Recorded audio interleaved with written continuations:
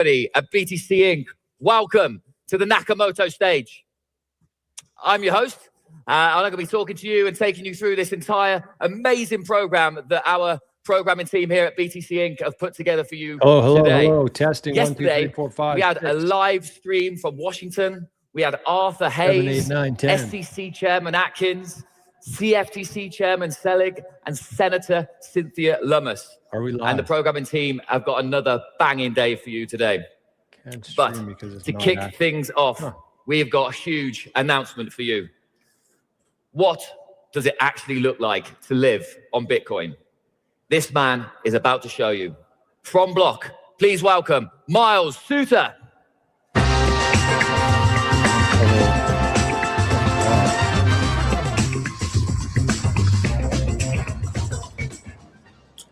Satoshi didn't write code so that Wall Street could build ETF. He built Bitcoin so the entire world could operate on a freer, fairer financial system. At Block, one of our company missions is to make Bitcoin everyday money. In June, I'll hit 9 years working on this single mission here. In some ways, I can't believe how we've made it this far already. And in other ways, there's still so much more work to do. Because if Bitcoin doesn't win and some centralized alternative takes its place, that's on all of us. Today, I want to show you how Block supports the entire Bitcoin ecosystem, how across the entire company, we're working together to make Bitcoin as everyday money a real thing, to make living on Bitcoin a reality.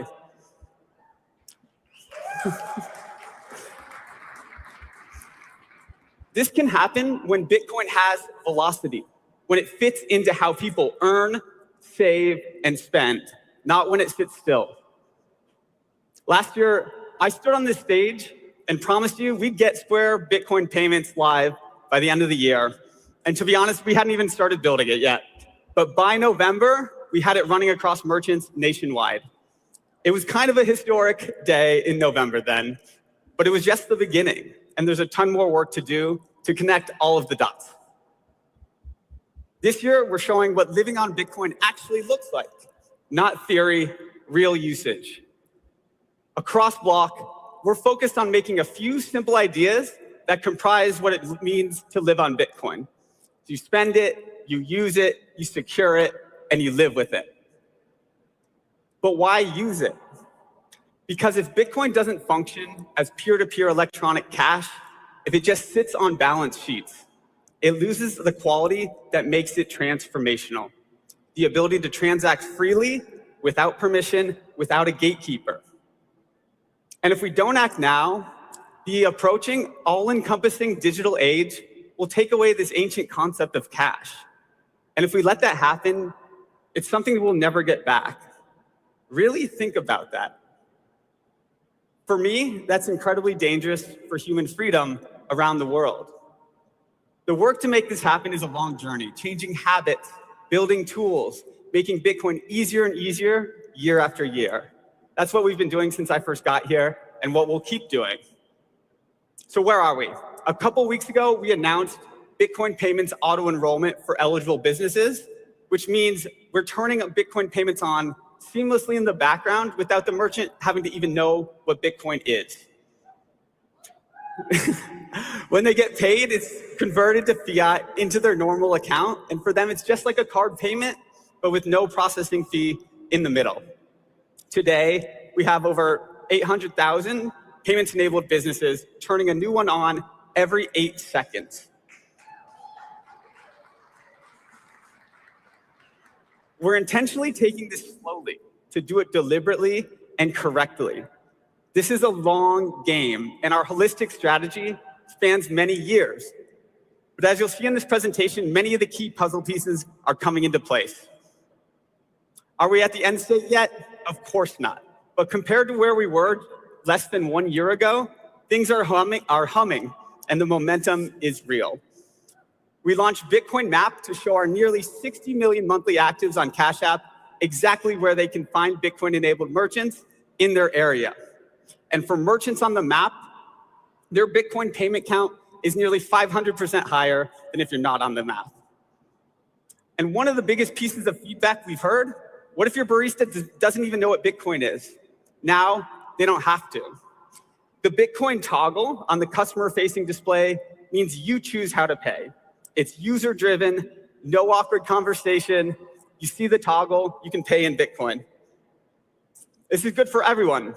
The merchant pays 0% processing, the network gets velocity, and you get 5% back in Bitcoin automatically through the rest of the year when you pay using Cash App. You can try it at the conference today. It's seamless and amazing. And you don't even have to spend your actual stack. Our new feature, Dollars on Lightning, lets you pay with your dollar balance, and it's settled over Lightning. No taxable event, and your Bitcoin balance stays untouched. You're just using this new monetary network to save on fees and really help the ecosystem. And so we're seeing pretty insane adoption of this already. And eventually, I think this is a primitive that will become important for our non-Bitcoin customers as well, just seamlessly behind the scenes. More to come there. And today, we're also excited to premiere another step forward towards ubiquitous Bitcoin payments, tap to pay.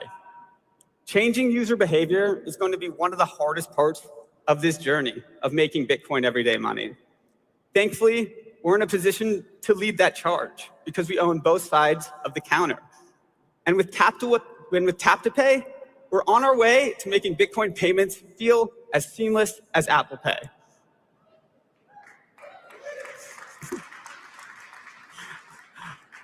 All of this is being built on an open standard. So other apps like Wallet of Satoshi, some Cashew wallets already using this, Phoenix, they'll all work at the terminals as well because it's open systems for the win. And we want to keep setting the bar for everyday usage. We're also playing around with proximity payments. Here's a glimpse of where this is going. You can imagine a world where you don't even need NFC, where you can just send Bitcoin directly to nearby people or merchants. So that's spending. What about the earning side? Cash App is a complete place to build your financial life on Bitcoin. Every way money moves into Cash App, we want customers to be able to automatically turn it into Bitcoin for free and instantly. We want Cash App Bitcoin 2.0 to become a Bitcoin black hole for customers. You get paid from a friend or you win your World Cup pool, it can automatically convert into Bitcoin with no fees or spread. You don't even have to think about it.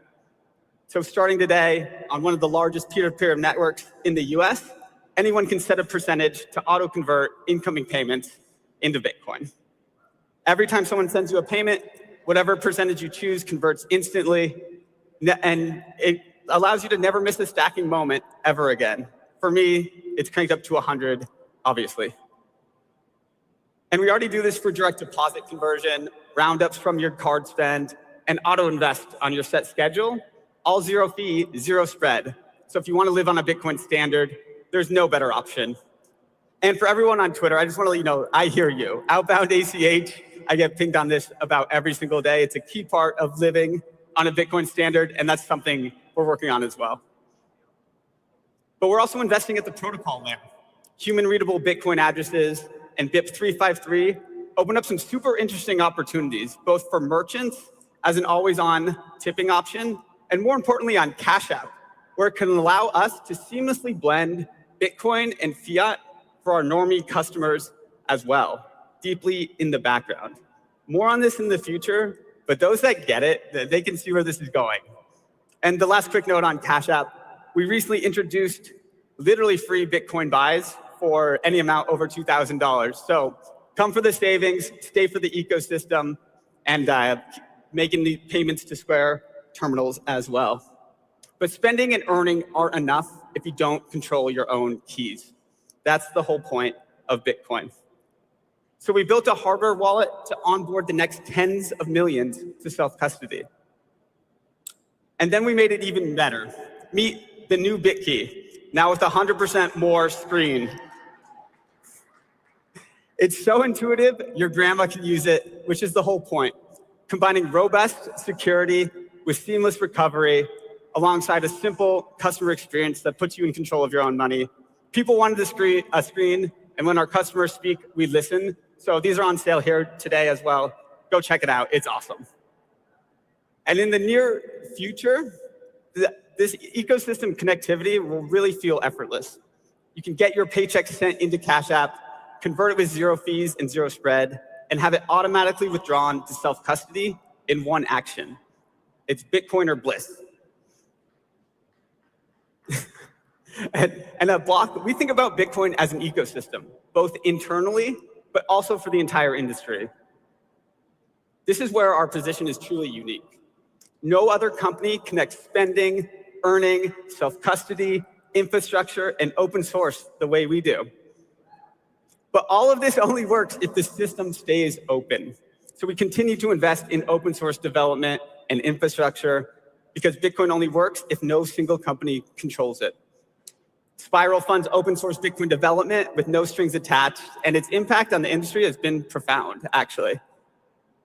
On the other hand, we also have Proto, which is focused on decentralizing and strengthening the mining network, because if mining centralizes, the entire system weakens. Rig shifts us away from disposable single-use hardware to rigs that are durable, repairable, upgradable. And so both of these initiatives are instances of us continuing to take the long view. And today, we're also proud to announce that we've launched proof of reserves, so customers can verify the total amount of Bitcoin we custody across Cash App, Square, and Block. Name another company with both public financial audits and on-chain proof of reserves. As far as I know, we're the only ones, because we don't want you to trust us. We want you to verify us. And most of us agree Bitcoin is the best form of money ever created. At the same time, we're living smack in the middle of this AI revolution. And the question becomes, how are these two paradigm shifts going to operate together? Software is starting to manage money. These systems will choose the best tools available, and open systems will choose open money, and that's Bitcoin. Across Block, we're building AI that works with Bitcoin, and we're building AI that works for you and never over you. We're moving towards systems that are actively managing your financial life, proactive systems that work on your behalf. On the Square side, we recently introduced ManagerBot. Think of it as your personal CFO inside your Square account. You've accumulated $10,000 of Bitcoin from sales. Want to move it to self-custody with BitKey? Or payroll is in 5 days and your dollar balance is a little tight. Want me to convert some Bitcoin? Nah, like we're probably we're gonna make it. It's a true game changer for small businesses. And on the Cash App side, MoneyBot does the same for personal finances. You've been buying Bitcoin manually every week. Want me to automate that so you can DCA with no fees? Last month, if you had converted 25% of your paycheck into Bitcoin, you'd have $500 additional right now. Let me know if you want me to set that up. With Block's AI systems, Bitcoin becomes part of how the entire system optimizes your entire financial life, proactively and in the background. And we're also committed to continuing to build in the open. That's why we'll be rolling out a public Bitcoin roadmap across our ecosystem. That means building in public across Square, Cash App, BitKey, and Proto, so you can follow and influence what ships next. This is a long mission. We're trying to change deeply ingrained habits, how people think about money, how they move it, how they protect it. This doesn't happen overnight. It happens payment by payment, brick by brick, and block. At Block, we're putting Bitcoin back on life, so it just works. But we're getting closer every single day. And what's crazy about today, starting all this progress, I can't even mention the 5 things I'm most excited about yet. In my 9 years here, it's never been a more exciting time for us or for Bitcoin. And so I can't wait to tell you about what's next when I can, but for now, it's back to building. Thank you so much.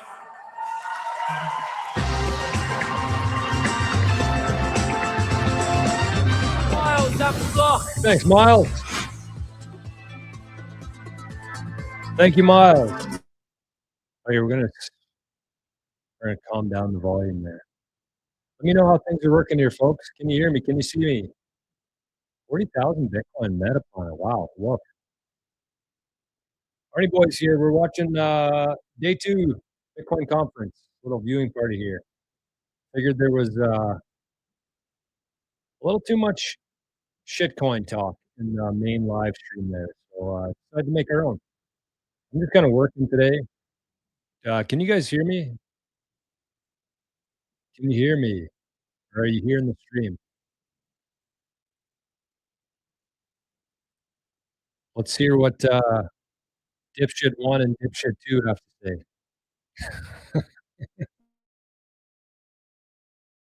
Especially on X, for people using Bitcoin as money. You know, the narrative seems to be kind of the financialization of Bitcoin. And we just had Salt on to talk about how individuals or institutions can take advantage of that. And one of the things that came up is it seems kind of lost currently, this narrative that was so strong kind of during the El Salvador ride of Bitcoin as money. Yeah, it's kind of wild that it got lost. I mean, all you have to do is read literally the first sentence of the white paper. You know, it's electronic cash. You should be entitled to spend your Bitcoin. If you don't spend it, what is it really at that point? So, and you should be going to your employer and be telling them you want to be paid in Bitcoin as well. So you want to be paid in the hard money. Are you paid in Bitcoin? Absolutely. What does that look like? Like practically, like what's the difference between, you know, previously I assume you're paid. Okay, let's give this another chance here because I was just listening to it back here and I did sound very muffled. Why, I wonder? Let's see.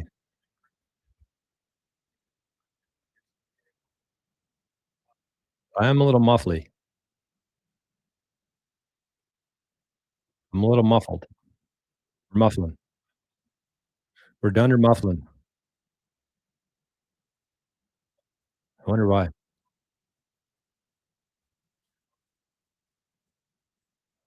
Okay, let's take this off and see what happens. How about that? Better? No, it's still about the same. Wonder why.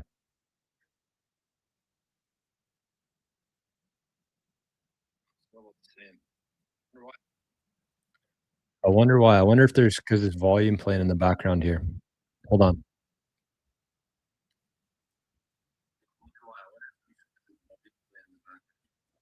Okay, testing 1 2 3 4 5. Testing 1 2 3 4 5. Testing 1 2 3 4 5. I wonder what's going on here because a little bit of feedback. I don't know why. We'll get it sorted out. We'll get it sorted out. Let's okay, I wonder if I do this. How about if I just mute that for now? That should be better now. Testing 1 2 3 4. There we go. Okay. There we go. We are back. Okay, well, welcome. There we go. Okay, I figured it out. Okay, so it is this is the second stream of the day.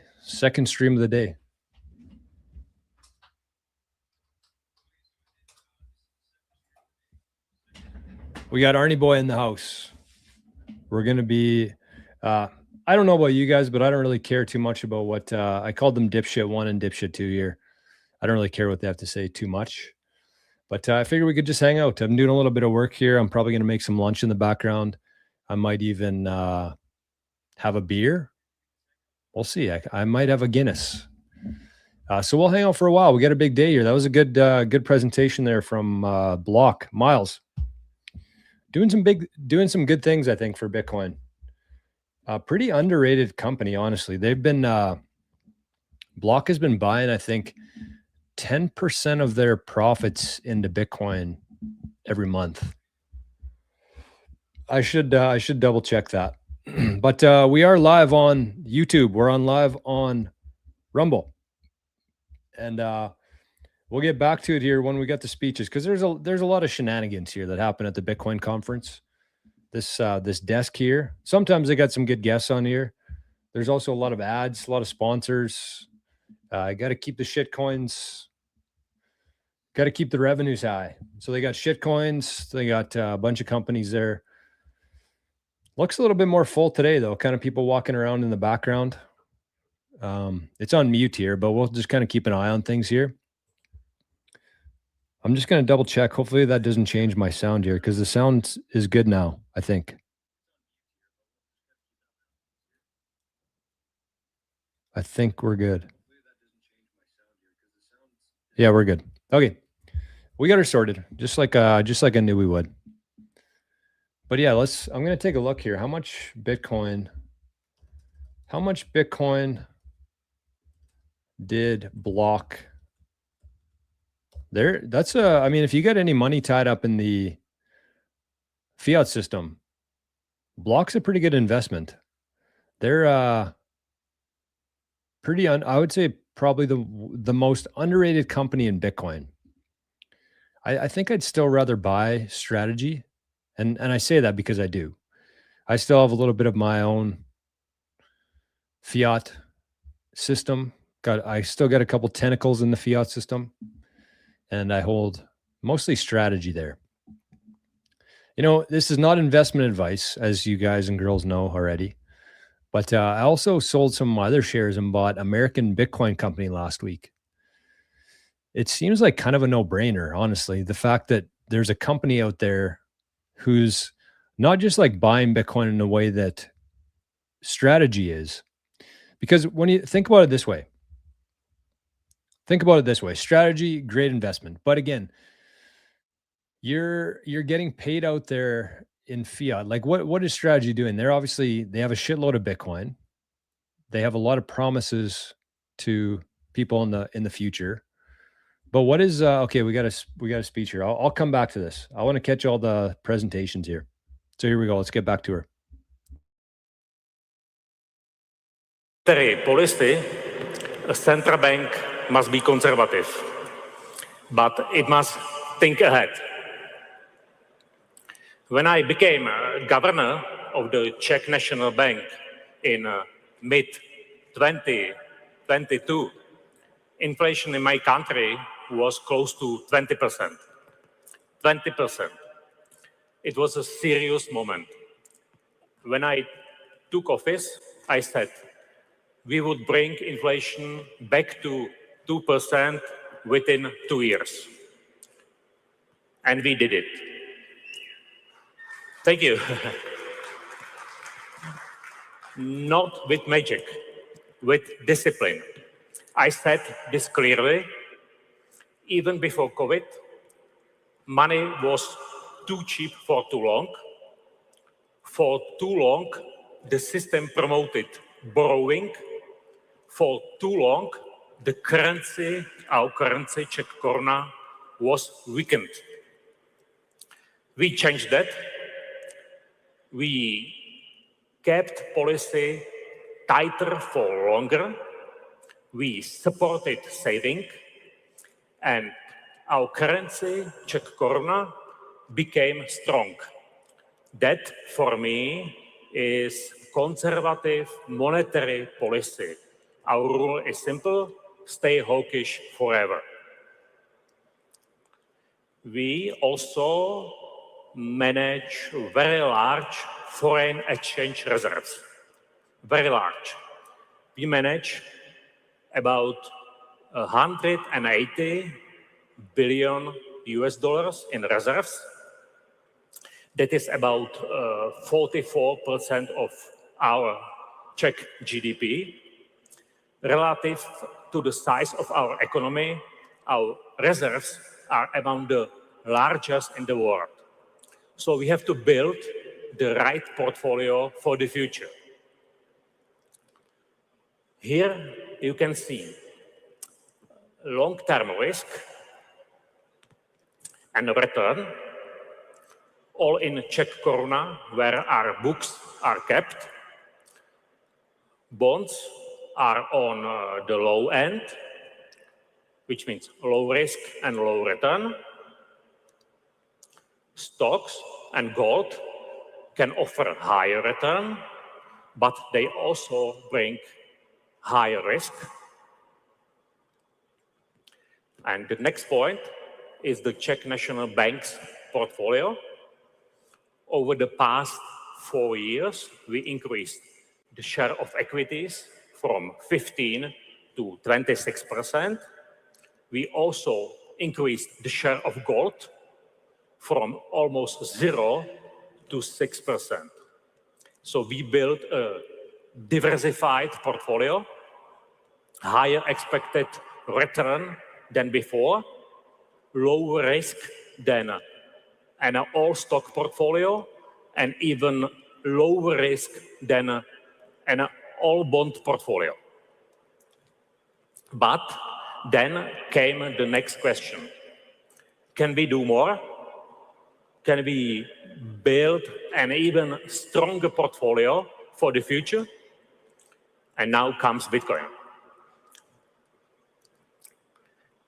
The first time I used Bitcoin, I bought a coffee in Prague, which is capital city of the Czech Republic, about 10 years ago.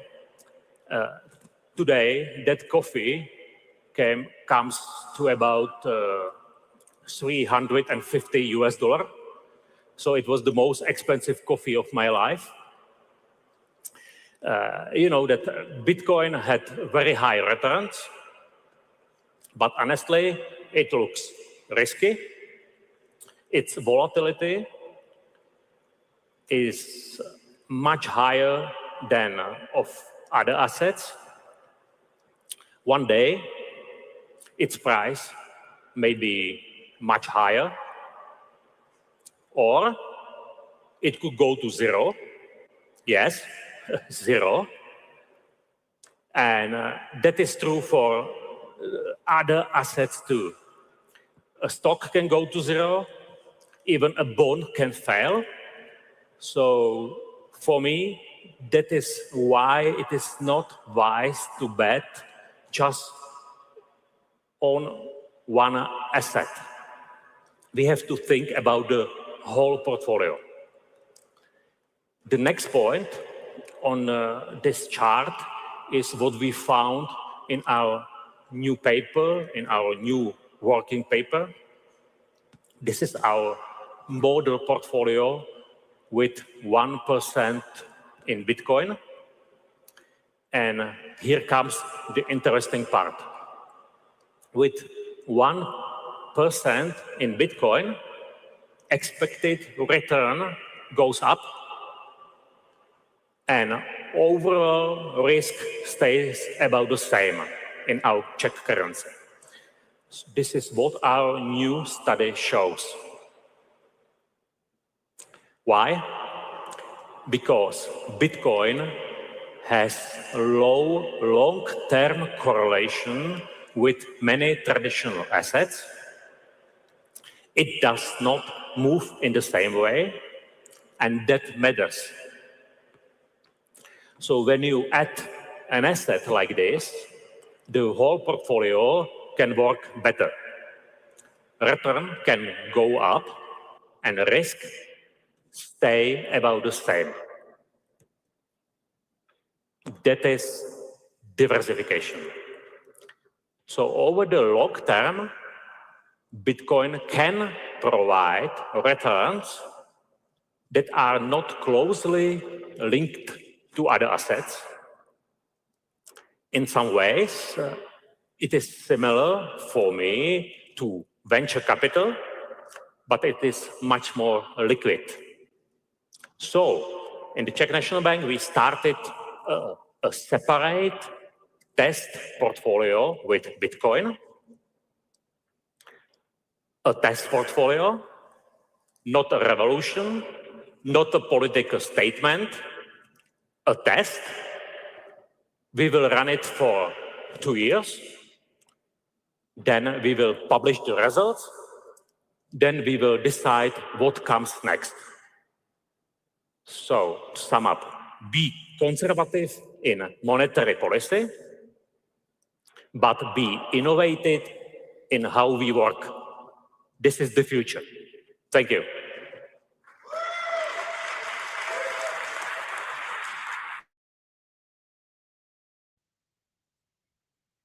Yeah, Czechia. Czechia, let's go. What a beauty. Didn't know half the words he was saying there, but I'm here for it. Czechia, underrated country for sure. Underrated country. Okay, who we got here? Yeah, I was a fan of that guy too. I looked at the Czech currency, the Corona, I think it's called, not the beer, the Corona, not Corona. Okay, well, let's see what these guys are talking about here. Let's check in here quick. And started going down the Bitcoin rabbit hole, as everybody does. And we started running some, GPUs in the back of my cell phone repair store, and one thing led to another. And today we operate about 150 megawatts across the Midwest, Bitcoin mining data centers. That's like the start of a rock band, right? It's just the old garage band. You just did it in the back of the shop and got started. And I think we hear so many of these stories about people just, especially during COVID, picking it up and going, all right, I'm going down this rabbit hole. I see the light, and now I'm going to build. And it sounds like that's what you did. Yeah, exactly. And I think that we saw a really unique opportunity in the space where, coming from the technology repair industry into the Bitcoin mining space, there's a lot of focus on, power and running machines, but less on the repair. So I think that's a portion where we really try to add value into the space, is having capable team to do the advanced microsoldering repairs and keep machines up and running. Well, and the value that you really bring to this space is for everybody who's heard of Bitcoin, probably has also heard of mining, but the idea of starting it themselves and getting their feet wet with it seems like a lot bigger bite to take. And so you guys really help them with that probably first step, hopefully in a longer journey of maybe eventually mining at home or whatever it is. Exactly. That's, it's in the name, right? We like to try to keep things simple. We make it easy for anybody around the world to mine Bitcoin, get started, get up and running, and then keep their machine up and running. See, that's the thing. It's the simplicity. We want to, if we're going to broaden the tent and broaden the understanding for everybody of what Bitcoin is and where it comes from, really the genesis of it. And the more simplified that can be, it tones down some of that, intimidation factor. And you're really wise to just put that right in the title. Right.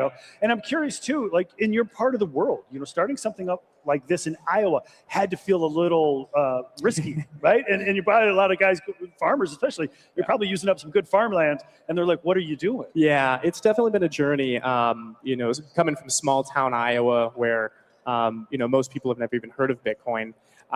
It's definitely been an educational path, but, we're in a dozen different communities across the state. We have about 75 employees, and, it's really, we always talk about a win-win-win. So it's a win for the local community, it's a win for the local utility company, and it's a win for our company to expand and grow. Now, for people here at the Bitcoin conference, they see a big screen showing the hash rate, the current hash rate. As a mining company, can you talk to us about what you're seeing with the hash rate and what that means for Bitcoin going forward? Right. You've seen since, November, hash rate has actually declined, and it's projected to decline another 2% here in a few days. I think what you're seeing in the space is a lot of public companies that are shifting to AI, and that demand is starting to fall off. So we're starting to see, in my expectation, is that mining will be more decentralized over time. Yeah. Which I think is healthy, right? Yeah, absolutely. We're in this space. We're concerned about centralization as it is. So on that point, we're going to now head over to the Nakamoto stage for a panel of competitive edge of control, action sports, and Bitcoin. Stick with us. It's the first day with my new lips. I've not been able to say.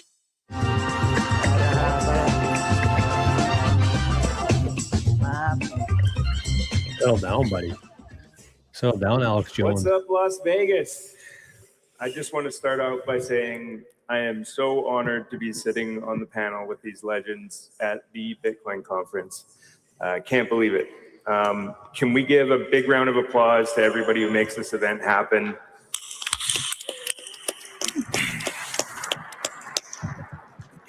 "12 years ago, I was standing at the top of the half pipe at the Olympics in Sochi, Russia, and I had just won qualifiers, and I was feeling like I was about to win the Olympic gold medal.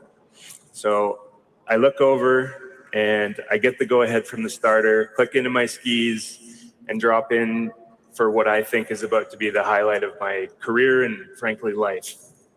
I drop in and the start of the run goes well, first 2 hits go well, then I catch an edge, miss my takeoff, and as I'm flying through the air, realize it's over. 60 seconds prior, I was convinced I had the gold medal in the bag, and now I'm laying on the ground in the middle of the half pipe, staring at a silent crowd with a torn meniscus. And that's just part of the game in the high-risk sports that we're all a part of. It's very high risk, high reward. The highs are as high as you can get. The lows are as low as you can get. And what does this have to do with Bitcoin?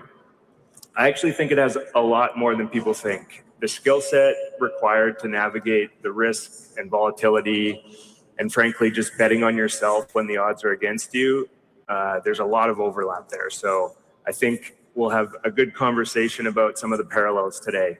So I'd like to start out by introducing Danielle Monet, WWE superstar, also known as Summer Rae, currently the host of the Bare Knuckle Boxing League. Chris Cyborg, arguably one of the most successful female combat sports athletes of all time. And Kenny Florian. Kenny's been on a few podcasts that I've been listening to lately, very intellectual, and he's a 3-time UFC world title contender and broadcaster. Let's go, Chris. So the first question I'd like to ask you guys is about fear. I think everybody can relate to managing fear, but maybe not on the level that you guys have. Danielle, do you want to start off by letting us know how you deal with fear, potentially getting ready for entering the ring or whatever you're encountering? Yeah, first of all, I did not know any of that about you. That's insane. Thank you for sharing that. Yeah, I think when you reach a certain level of professional sports, that fear has to drive you. You know, I think it's something that can't be taught. It's something that we all have instilled in us, and fear gets me excited. It means I care. I remember one time this man called the Undertaker. I don't know if you know him, but we were about to go out and I was so nervous. It was like 101,000 people in the new Dallas stadium for WrestleMania. And I was so nervous. And he looked at us and he said, if you're not nervous, it's time to hang it up, because that means you don't care. And yeah, it's just, I think it's something that drives me, which is a blessing. And I think it's why I've been so successful. It makes you feel alive a little bit. Sure, maybe a little addicting too. Yeah. Chris, you've been in more fights than probably most people in the world. How do you approach that? Do you get scared? Do you have fear?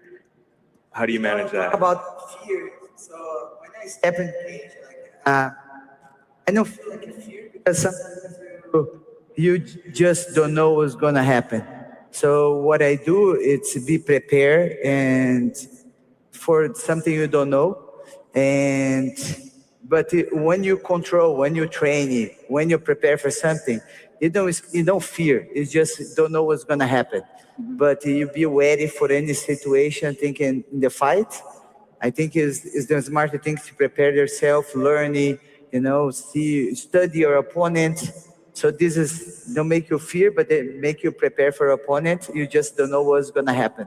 So no, like a fear. So the preparation is a good way to mitigate that. Yes. How about you, Kenny? Have you, I guess, what would be is there a point in your career where you were the most anxious or nervous, or what was that like?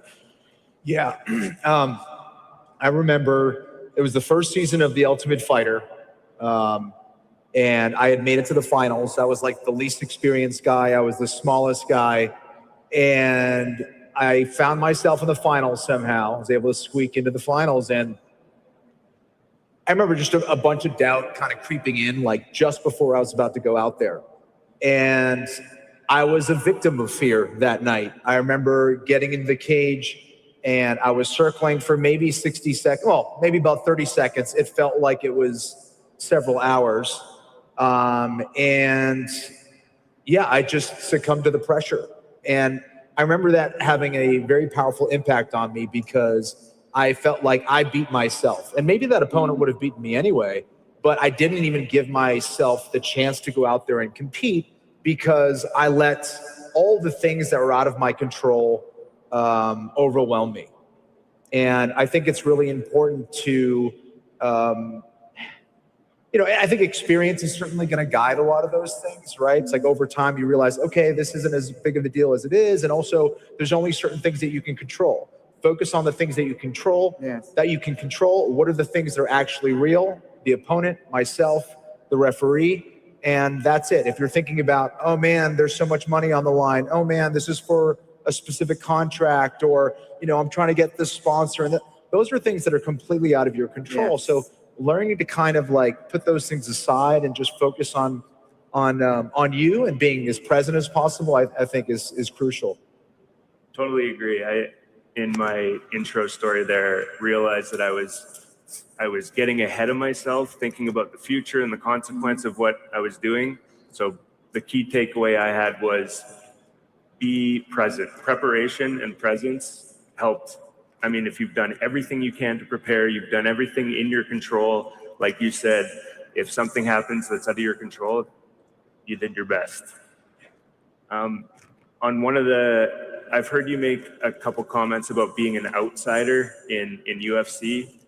And I think as Bitcoiners, a lot of us have been an outsider, being ridiculed, at least back in the day, not so much anymore. I mean, given the size of this conference, how does that affect you? Has that ever affected you? I mean, it doesn't seem to have affected you. I always tended to pick things that were kind of not the norm. I come from a very conservative family, and telling them that I didn't want to go to law school and wanted to become a martial artist, whatever that meant, was quite surprising and shocking to them. I remember doing Brazilian Jiu-Jitsu when no one knew what the heck it was.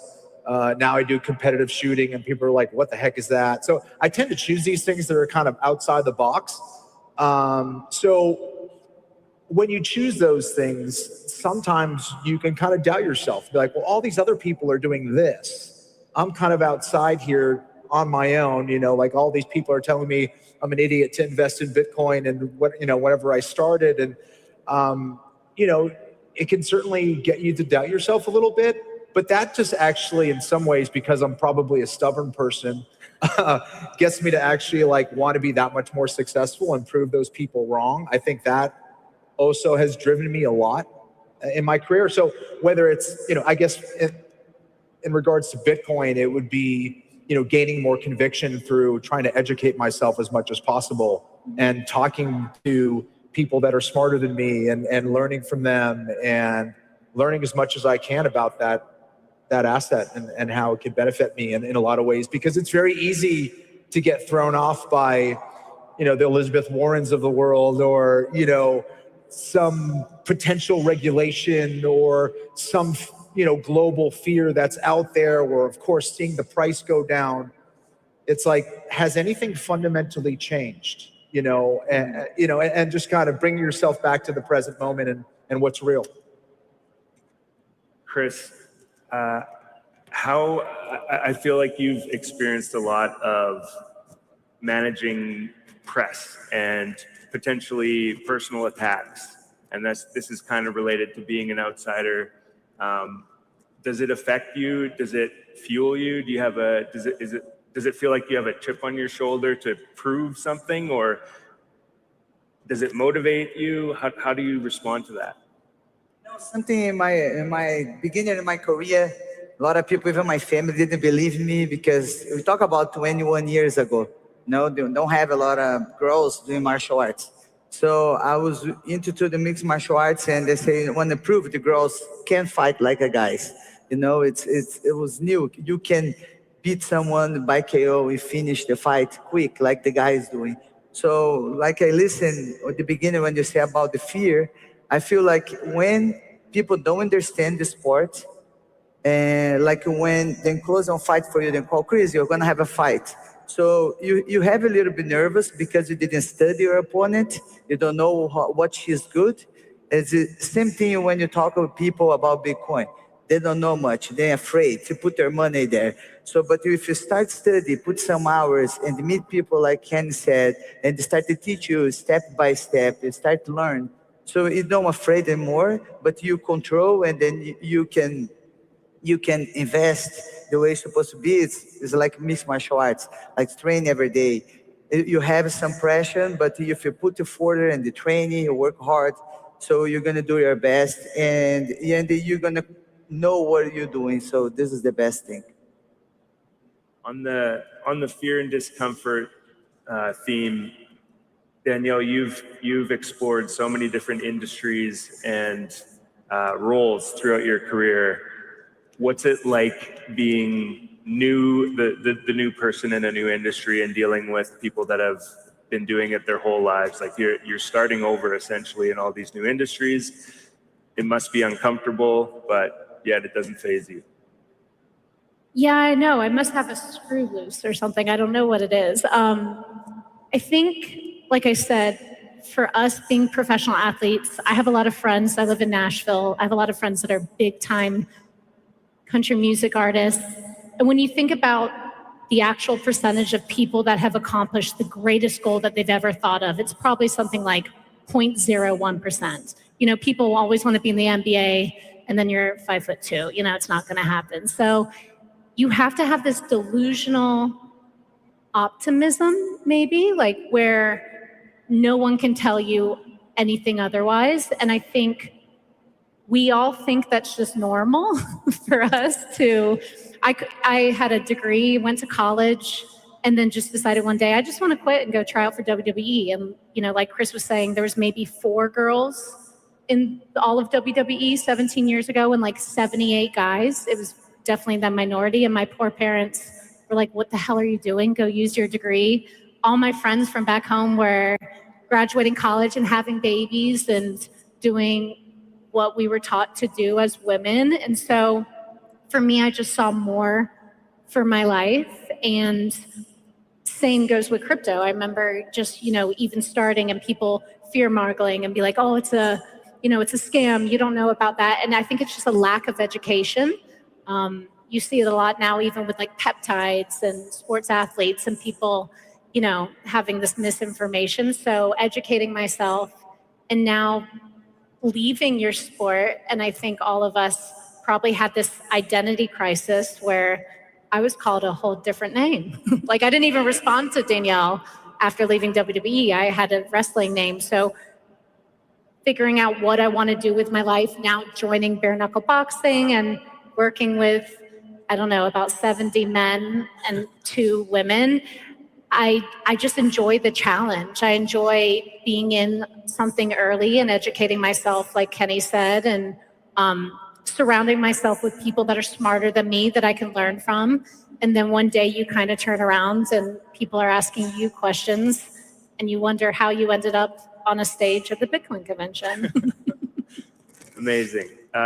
You mentioned identity crisis there, and I think that's something that all athletes have to deal with at the end of their careers, and it's a lot more challenging than, I mean, not many people understand what that's like. Sure. When you're the greatest in the world, and then you go to what's next? Sitting on the couch. How, I know, Chris, you're still fighting, but how have you guys navigated that after your athletic careers? And what's next? What are you excited about?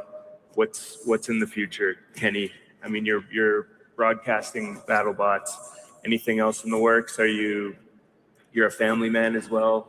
Have you been able to meet the same satisfaction as when you were fighting? Yeah. So I am a pretty competitive person, and I like kind of building skills and things that are going to test me physically, mentally, spiritually. So my back hasn't been what it used to be. So it's feeling much better now, post-treatment and things like that.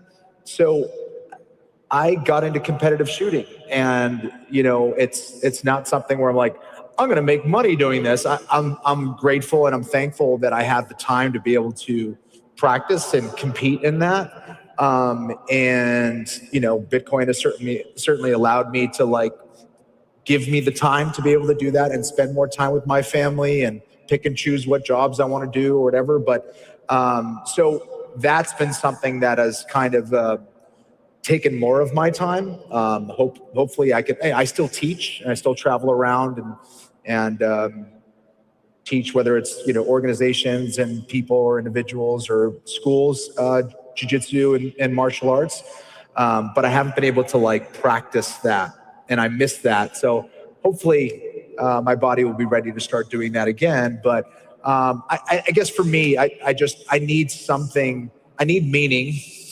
I think we all need meaning, but I also need something to work towards all the time. Like it's a lifestyle, and it's something daily that I do, whether it's working out or practicing shooting.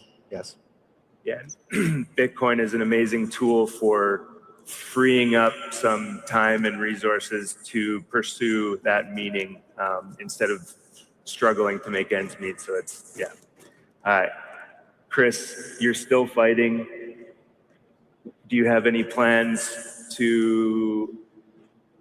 for the future after fighting? Are you still in it, still into it? You just won the world title in boxing. One of the things I always talk about my team, because athlete's life is a short, compete. I'm very blessed. I'm doing this sport for 21 years. But you really have to think about, when you retire, you have to leave it from your safes. So you have to really be smart what the money you did during your career. So one of the things I get into Bitcoin, because I believe my money sit in the bank is lost value than in when you receive $1 million in 2006, not going to be the same value 2026. So we always think about the future, the long term. Of course, after I stop fighting, I have some dreams. I would like to be a vet. I'm going to continue work at a mixed martial arts group, teaching kids, share a little bit of my story in the mixed martial arts. But one of the things I believe educated and other fighters, teach them is have the short term, they save the money, invest in the right thing, and the Bitcoin I believe is the right thing to do. Teach them Bitcoin is no crypto. So one of the things we did, my team this year, we did a project, we did a comic book for teach kids about inflation, about fiat, about Bitcoin as a solution. I think we have to teach it step by step. Like Ken, from jiu-jitsu, started jiu-jitsu leg locks. It's really when you submit people very hard on the legs, but you teach it fall, stand up. I think we can grow about Bitcoin family. I think you believe it teach step by step where people learn, and the kids can teach their parents, like email. Email before nobody understand, and now it's everybody use. And I just want to use my platform for educate people, teach about mixed martial arts, teach about investments, and then open the eyes all the people for them cannot just trust in the system, but have a freedom. Danielle, what's on the go for you for the next couple of years here? You're doing bare knuckle boxing. Not doing bare knuckle boxing. No. Sorry. Lord have mercy. So I have found the love of broadcasting. Thank God it's taken 8 years. Nothing will ever replace walking out and hearing, 50, 80, 100,000 people cheer, or in my case, boo you.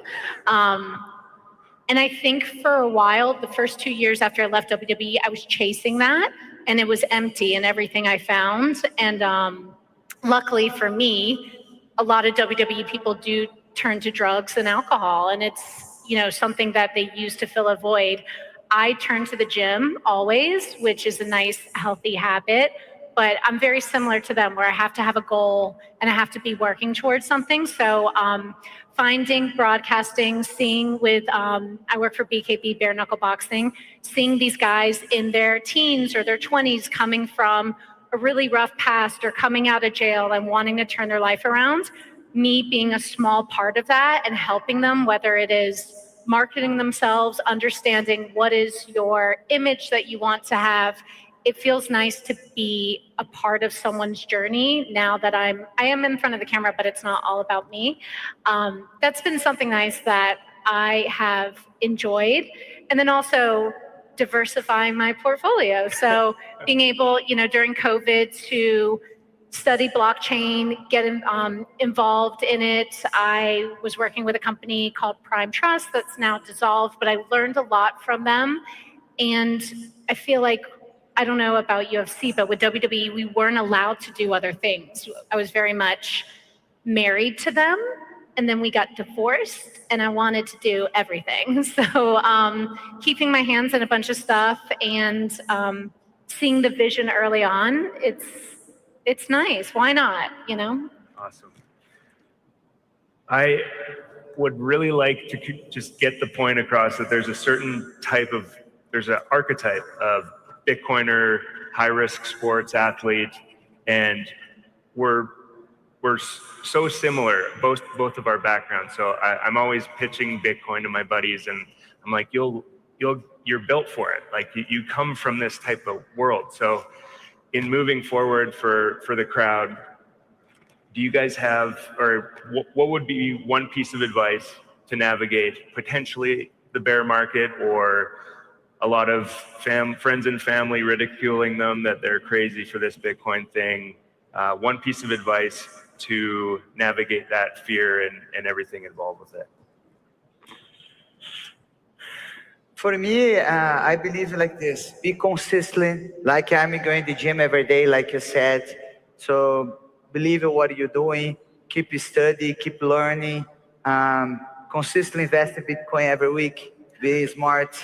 Not just go in the deep. Go every week. Be consistent, like in the gym. Go every day. Share it for friends. I believe it is a great thing to share, and is the freedom. And I'm really thank you to be here. Thank you for the opportunity. Thank you all the people following me around. And I hope we continue doing great things and to share, my career and the Bitcoin success. Yeah, for me, the most successful people I know survive the ebbs and flows. They are okay with going in the valleys, and they're consistent, like she said, during that time. If things were easy, if what we did was easy, if having a good body and being athletic was easy, everyone would do it. So same comes with, a bear market, and learning and holding and believing that in its core, it really could change the world, and being able to, hold them. Yeah, I think that in many ways it's kind of like a living organism, right? It's like Bitcoin is a teenager still. Sure. And I don't know about you guys, but I was kind of weird and awkward as a teenager. There's a lot of volatility as growing up, and I think that they're experiencing that. I think there's still a ton of education that needs to be done out there. And as an athlete, I've experienced the highest highs and the lowest lows. And the key is like staying on that path, having conviction, having faith, and being patient. And I think understanding delayed gratification is a true superpower. And just kind of staying the course and letting it play out. Amazing. Well, let's give it up for our panelists. Thank you guys for sharing. Thank you, guys. That was amazing. Thank you.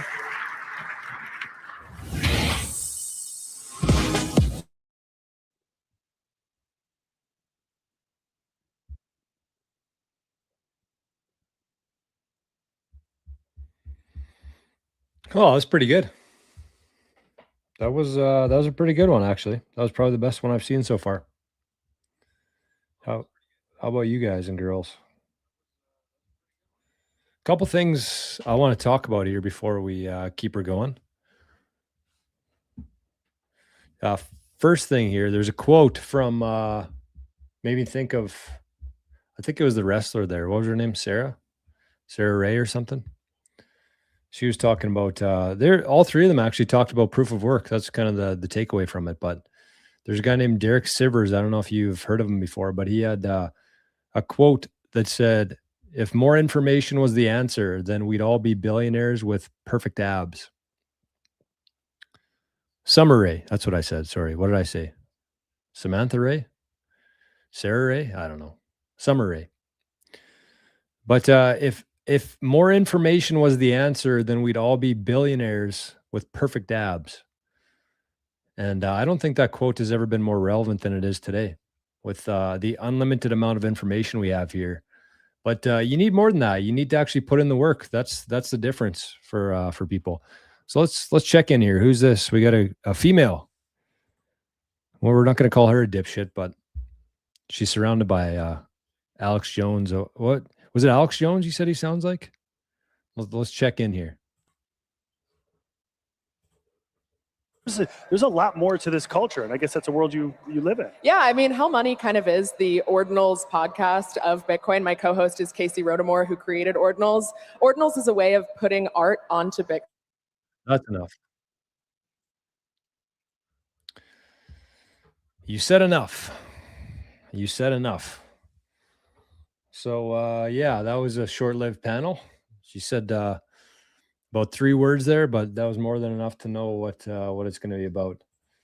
So there's a couple people who were asking. I'm going to keep this up in the background here, but there's a couple people who were looking for this. This is kind of cool. So big shout out to Chris Cyborg. Actually, there's some funny back and forth in the chat about Chris, but she's a beauty. She's on Nostr. I think she's one of the only professional athletes on Nostr. She's been on Nostr for almost 2 years now. And actually, we could find out here. How do we do that? Nostr dot. How do you find things on Nostr again? We'll find her on Primal. Yeah, she said enough. She said enough. Keep the main chain clean. Exactly. But let's find Cyborg. I actually am a big fan of hers. For somebody who doesn't really pay attention to any fighting stuff anymore, Cyborg is beauty. She had some really good information there too, honestly. Where is she? Chris Cyborg. Cyborg. I can't find her. She's on Nostr though, I know that for sure. Cyborg's kind of an interesting name for her. Isn't it? Don't know about that one. But anyways, because I'm spelling her name wrong. That's why. Chris.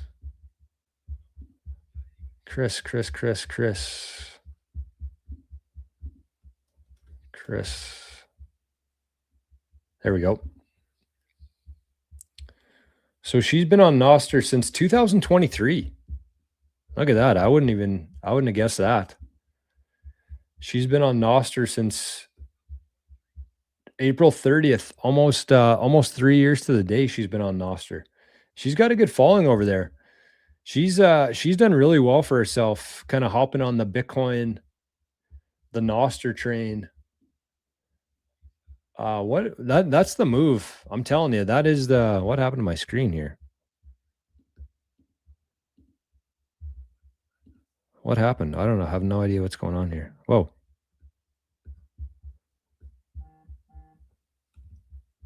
Things are glitching on my end. There we go. Okay, we're back. But she does pretty well. There's her with Paul. She gets some love on Nostr, but I mean, it's that's the way, right? Like whether it's Bitcoin, whether it's Nostr, the real way to kind of differentiate yourself and beat the crowd is by getting there early.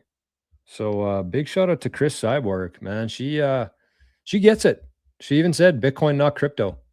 She's got the Bitcoin comic book. I wanted to share that right here. So you can actually order it. It's called Cyborg versus Fiat. Diamond Hands Save the World. First print edition. I actually might order that. I might get the signed version of it. $25. How could you go wrong? $10 shipping. Wonder if you can pay with Bitcoin. Let's see.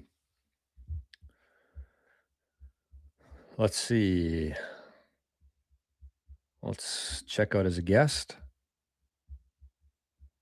Okay, let's go like this. Oh, it's back on? Okay, thanks, Billy. We're back on, folks. Oh, Alex Leisman. This should be a good one. This is the guy from River, right? Yes. Okay, shut up, Jor. Let's get back here. Okay.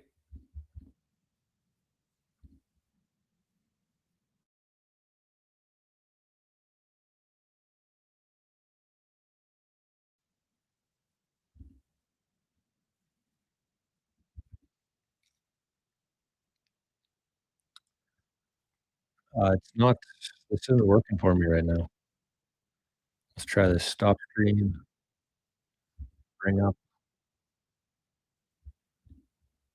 Okay, there we go. And so, with all of this financial uncertainty, with all of these obstacles, more and more young people are coming to the conclusion that they have to gamble or they have to speculate to get anywhere close to the financial future that they want.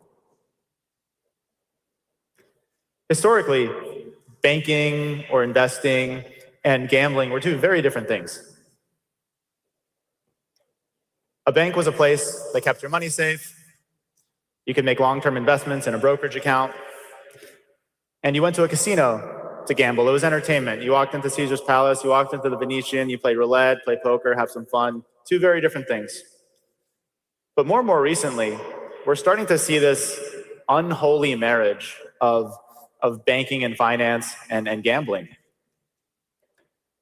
And the reason this is happening is because companies are starting to prey on this desperation of young people. And we can see it in the numbers. Sports betting continues to skyrocket in popularity. And very recently, prediction markets have unlocked something new. They've unlocked the ability for financial institutions to offer sports betting natively in their apps.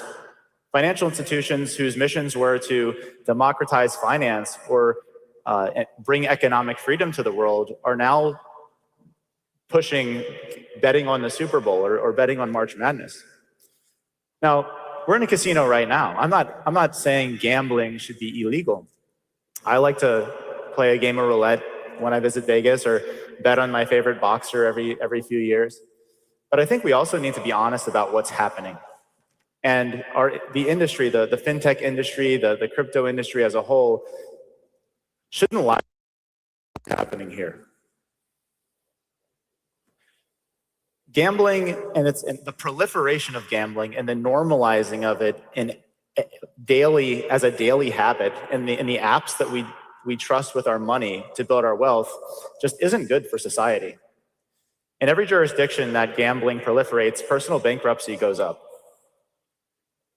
Calls to the National Gambling Helpline have skyrocketed in the last few years. And people are gambling younger and younger. You used to have to walk into a casino to gamble.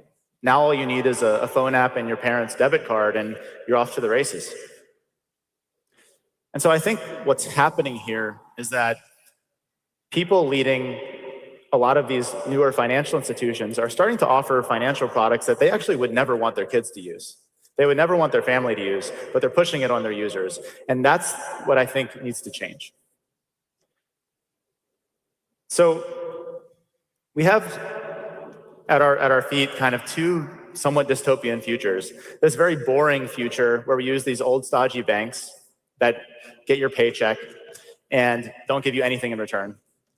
And these fintech apps that are telling you that they're democratizing finance, but really just pushing sports betting down your throat. So how do we fix this? What's the positive vision here? Well, we have to be realistic. We need financial institutions to be able to make money, but they also should be providing products that benefit their clients. They should be secure. They should be transparent, and they should be available. People need access to their money 24/7 in the modern era. Traditional banking has historically been pretty strong at some things. They've actually had pretty good service and a pretty good track record of security. They've been reliable places to keep your money.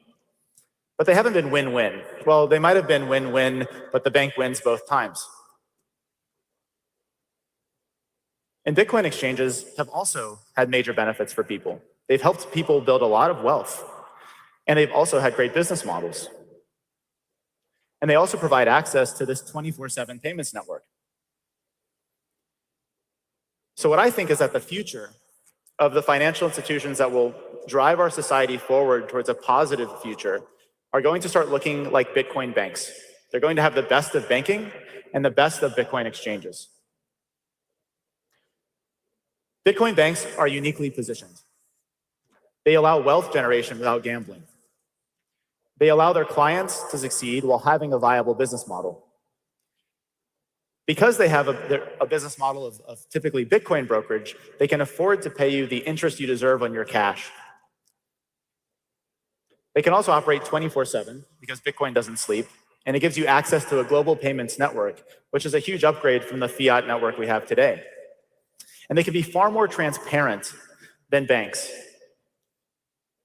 Bitcoin allows proof of reserves, whereas banks can, publish their financial statements, but you don't really know what's happening behind the scenes.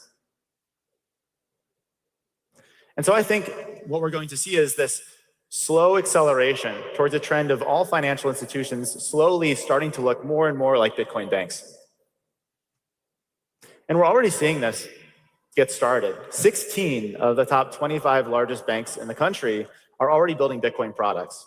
Now, I don't think that tomorrow Citibank is going to offer buy Bitcoin on the home screen of their app. It's going to take a while, but these are promising signs. And our industry is also moving more towards banking, but we have a long way to go. We've built some great products in our industry, but we're not known for security in the Bitcoin space or in the crypto space more broadly, especially. Our industry is also not known for its customer service. Banks have a leg up there, so we have a long ways to go. And at River, we're building towards this. You can already get paid to your River account and auto-convert your direct deposit to Bitcoin. You can earn a high-yield interest rate on your cash, and that interest is paid in Bitcoin. And you can replace your checking account. You can pay all of your bills from your River account. And our clients are investing for the long term, and they're building wealth for the long term. Unlike these sort of speculative gambling apps, 70% of our clients have never sold their Bitcoin. So I think Bitcoin banking gives us a third path forward from two other dystopian futures. But there's so much left to build, and there's so much room to grow. We have, Bitcoin has such a small percentage of global wealth today. It has tremendous growth as an asset. The amount of public companies with Bitcoin holdings is still quite small, but continues to grow exponentially. Bitcoin held by registered investment advisors is growing reliably every single quarter. And the most powerful financial institutions in the world continue to grow their Bitcoin exposure. And lastly, the biggest institutions of all, the nation states of the world, are continually growing their Bitcoin holdings. Now, I know some of you are thinking, some of this is from confiscating other people's Bitcoin, and yes, that's true, unfortunately. But nonetheless, years ago, they would have just sold it. And more importantly, we're seeing that the growth in positive regulatory postures towards Bitcoin is accelerating. 50 countries in the last 5 years have increased their regulatory friendliness to Bitcoin. And so I'll end with this. This is an animation showing our planet with a gold dot for every Bitcoin, for every business that accepts Bitcoin. And I feel very confident that next year this globe is going to shine even brighter. And I feel very honored to stand alongside all of the great companies here helping make that happen. Thank you.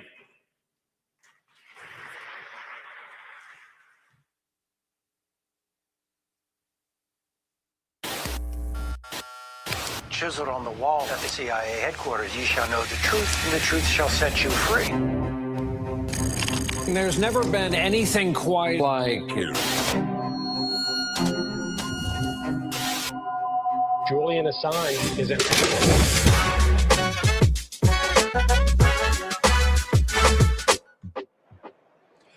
Welcome back to the Bitcoin Magazine news desk powered by Mara. We are still here with Aaron Redwing from the Hell Money podcast. I've also found out that you are a Bitcoin astrologist. Yes, yep. Say less. Well, I wouldn't say we're in sync with her. But she's a shitcoiner and a what? Bitcoin astrologist? She probably studied gender studies in university. Big shout out to Rumble. Wow, we got Rumble's buzzing right now. We got over 30 people in the Rumbles right now. Rumble. So I got a sandwich cooking in the background. I might even have Guinness here. I got one on deck. I'm gonna have a coffee first. I'm gonna have a sandwich. I'm gonna have a Guinness, and we're gonna keep watching the show here. Saylor's coming up, I think. What time's Saylor on at? Oh my God, Joshua is here. The king himself says she looks like Trudeau's ... That's a swear word around here. That was a good presentation though from Alex Leishman. One of my, honestly, probably my favorite company in Bitcoin is River. Pretty interesting though. Oh, sorry. I don't know why I paused this. Is this supposed to be paused? No.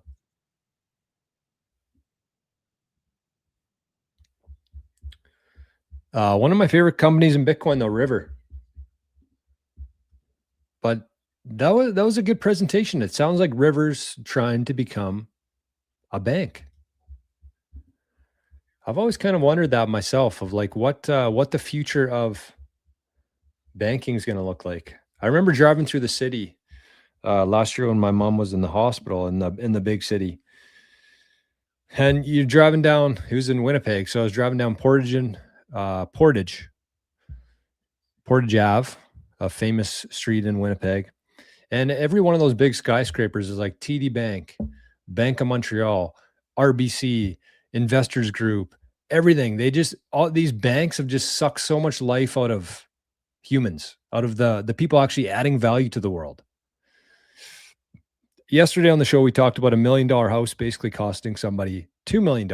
And where does half of that go to? Isn't it funny? Oh, we're back. Shit. I keep getting on halfway through a little tangent here, and then we get sucked back in. Okay, who's this guy? Ooh, I don't know if I like the looks of this guy. No, we don't, but we'll listen to him. I think this is about Spark, though, I think. So we'll listen to it. And we have WhatsApp and Signal and Telegram and iMessage for that. 10 billion payments are sent, about $5.5 trillion. And for that, nothing. No global account, no WhatsApp for money that works everywhere. No Gmail for money, no global account, not for platforms, not for people. Platforms that are at the core of the economic life of so many people pay out billions every year. And every dollar they send out, it hits delays, FX, fees. And recipients, well, they have to wait days, weeks for money they've already earned. But the world has shifted. 4 major things have changed in the last few years, and especially in the last 12 months. First, regulation.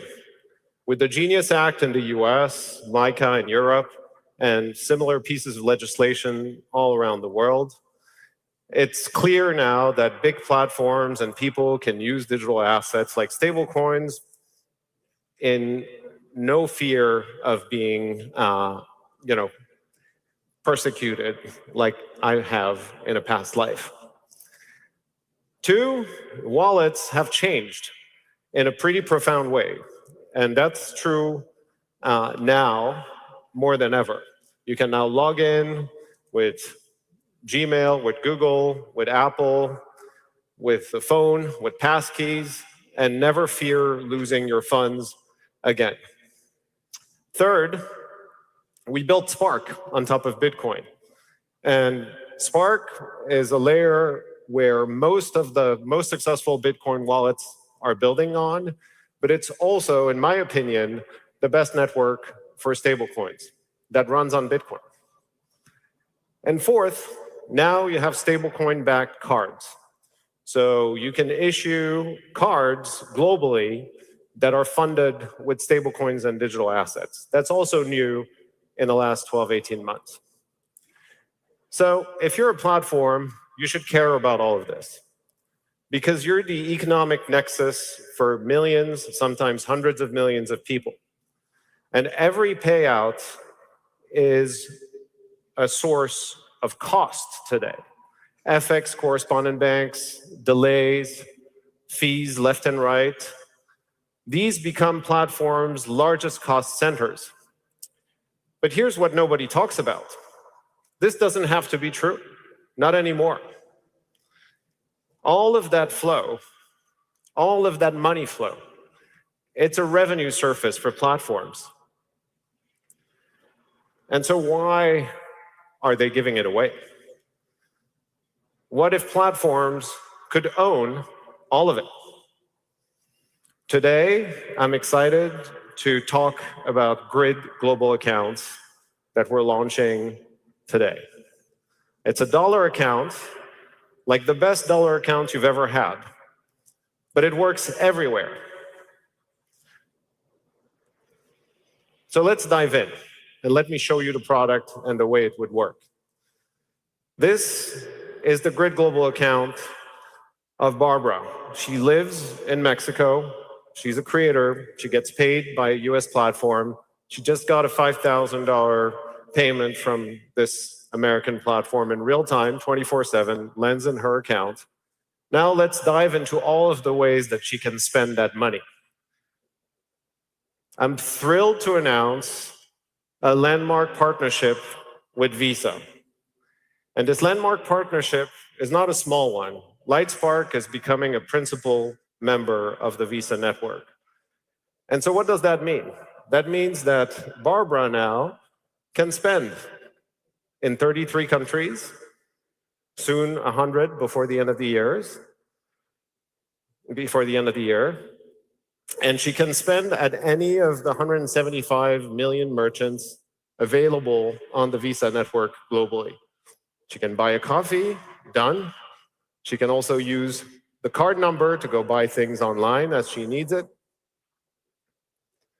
But what if she wants to move money to her bank account?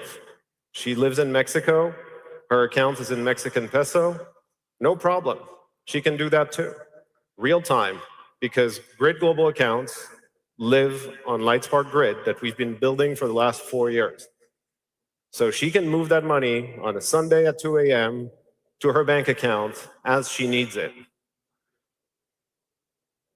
But it's not only working in Mexico. She can also send it to any of the 65 countries and soon to be 75 countries that Grid reaches in real time.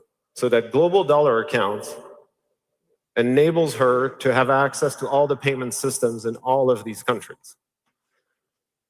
But what if she wanted to send money to someone on another network? Let's say someone has a Solana wallet, their choice, and they want to receive USDC.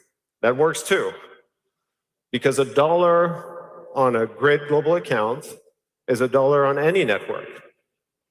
So it can move to USDC on Solana or to USDT on Optimism. It works. And of course, because Grid Global accounts are built on Spark, it supports Bitcoin out of the box. So she can buy and sell Bitcoin natively inside of her Grid account. And the beauty with that is that because this account is on Spark, Barbara has one wallet address that supports both dollars, or any other stablecoin for that matter, and Bitcoin. Same account, one account for dollars and Bitcoin. So to recap, a single dollar account, all of these endpoints, 175 million merchants on the Visa network, 65 countries, domestic real-time payment systems, all of the rails for stablecoins and wallets. This is the most powerful dollar account ever.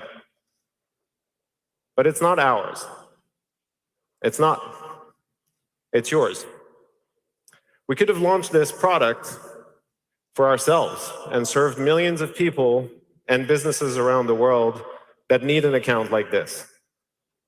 Millions of people and businesses really need something that enables them to hold dollars, hold Bitcoin, and move money globally in that way.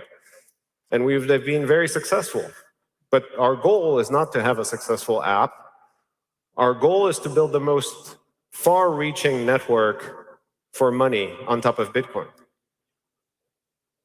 So you own the relationship as a platform, and we take care of the rest. We're invisible. Your product, and we help you build it. So what does that mean if you're a platform or a marketplace? Every feature I just showed you, every single one of them, is now a source of revenue for you. Stablecoin yield on the stablecoin will help you issue on top of Spark. FX on and off ramps for local and global payments. Card interchange for every transaction on that Visa card. And of course, Bitcoin buy and sell that all of your endpoints will be able to do natively. This is already a better account.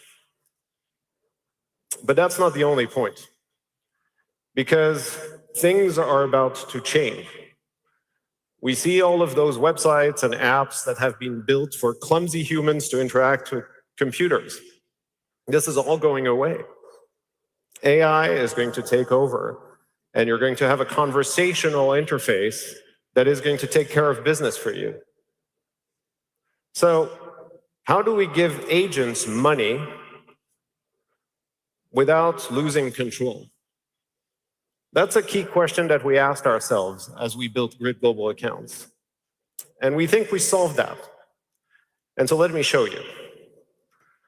This is Bread, which is a wallet that's shipping in the App Store this week.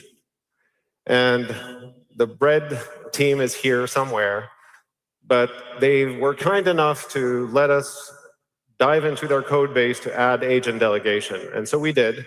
So you can see this beautiful wallet that has a Bitcoin balance and a dollar balance.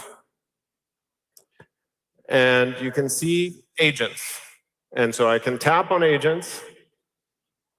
I can add a new one. In this case, I'll pick OpenClaw. I'll name it M, because why not? I'll pick auto execute. I'll accept the limits. And now I can delegate rights to my account to this agent. Let's turn everything on. Done. What it does then is basically create a pairing code for that agent. And as long as your agent can run bash, it runs. So my agent in this case, this is actually really live on my phone. It's just not pretty slides. It actually works. So this runs on my phone. M is an agent, lives in WhatsApp. I can drop the curl that enables that agent to connect to my account, and it'll go do it. And the next thing you know is you have an AI agent, an almighty AI agent that has the ability to do all the things that I showed you with money, with control. So I can ask it to go buy me coffee beans, and it knows my preference. It can get a scoped card to the spending limits that I've set. It can go buy that for me on my behalf. Now, the nice thing is M lives in WhatsApp in this case. Again, this is my own personal thing. You can build your own. But I can ask it to contact my friend Maria and send her $500. It has my contacts. It knows who Maria is. It'll contact her on WhatsApp. Maria lives in Brazil, so it'll get a PIX key from her to send the money to her bank account in Brazil. And in this case, the threshold tripped the limits that I set for the agent. So I'm going to have to go in and authorize that transaction. Done. within seconds, 24/7, Maria can receive money straight into her bank account in Brazil. All coordinated by an agent. And so we can keep going. This thing can do recurring buys of Bitcoin for me, no problem, because it lives on Spark. It can organize travel, buy gifts, same model. The agent plans, the policy decides, and the account enforces. And the most important thing is the user always stays in control. And while this is great for consumers, imagine businesses that are running a global business. They have to pay suppliers internationally. They have to pay bills. They have to move money. Imagine giving them an account like this that allows them to move money globally in this way, all powered with AI. So I rebuilt M on OpenClaw. It's running on a Mac Mini in our office, in our Lightspark office. On OpenClaw, but it's like, it works on any agent system that can run Bash, so it'll work on anything. Everything else you've seen with AI is agent-to-agent protocol stuff. And that's nice, but none of these things are actually a consumer or business-facing product that actually enables agent delegation. This is, and it's your product. So to recap, dollar balance, more currency soon, we'll make it multi-currency. You can use your balance with more endpoints than any previous account ever created. It's future ready with agent delegation. And it's yours to build. The most powerful dollar account ever is yours to build on. So the one thing I want to leave with is that Grid Global Accounts, this wonderful product, this is the kind of stuff that people said for many years, you cannot build this on Bitcoin. You cannot. Why build on Bitcoin? We've been at it for 4 years now building on Bitcoin. Why? Well, they were all wrong. All of this, everything you just saw, is built on Bitcoin and runs on Bitcoin. And it matters. It really matters deeply to us because Bitcoin is the only network that's neutral and open enough that no one can change the rules on you ever. So you'll never be a tenant of someone else's network by building on Bitcoin. So sure, it's harder. Sure, it takes longer. But we have so many like-minded people here. Like you saw Miles earlier from Block talk about all of the great ways that they turn Square merchants into endpoints for Grid Global Accounts because we're building all on an open network. Or Alex from River, or others. We're all building together on an open network to make money better. So Grid Global Accounts are available today. If you're a builder, scan that QR code, go to that link. You can build today. And if you're a big platform, come talk to us and we'll help you break free and build the best possible money movement experience with the best app possible ever. Thank you.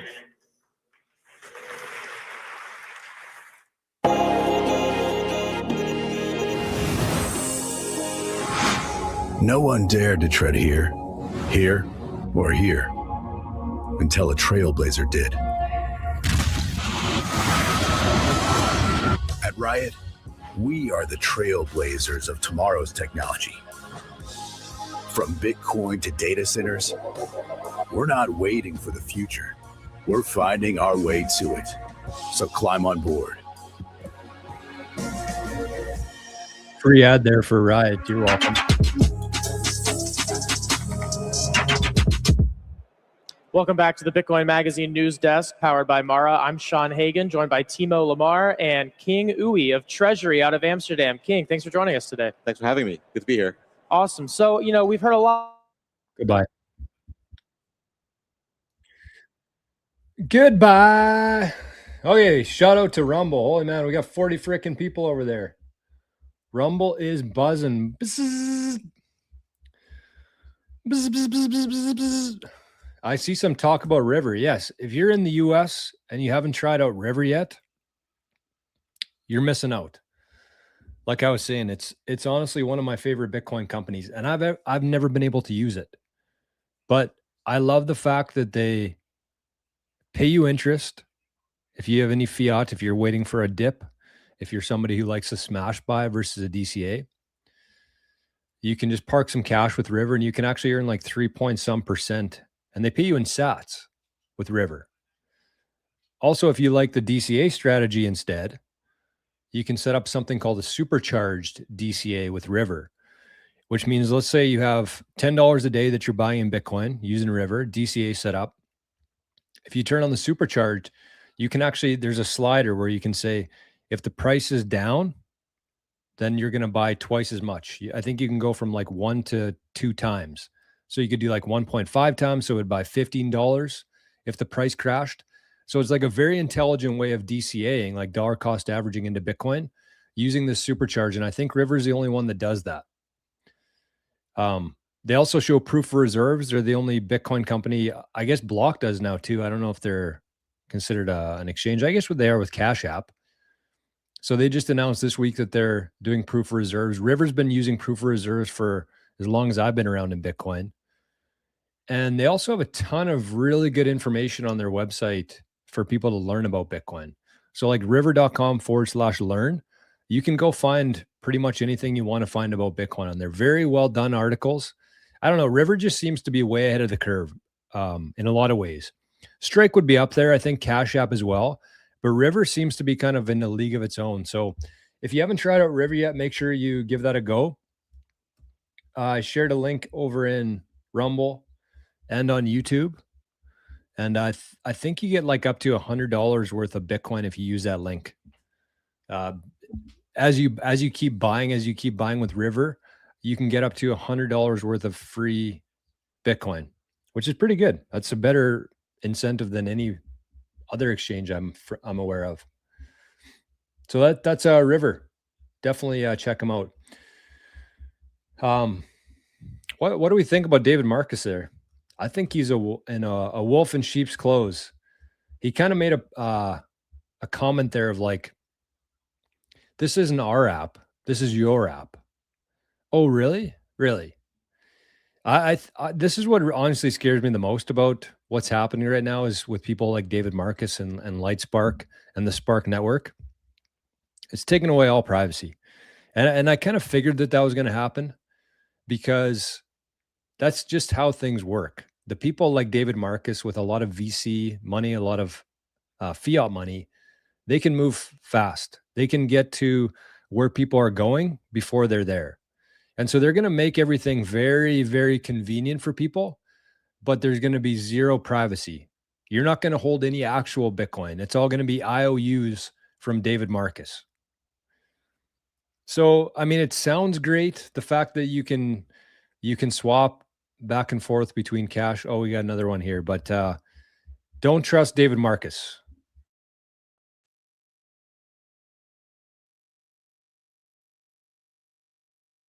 Been at, and I love being here with all the Bitcoiners because you guys are the smart ones.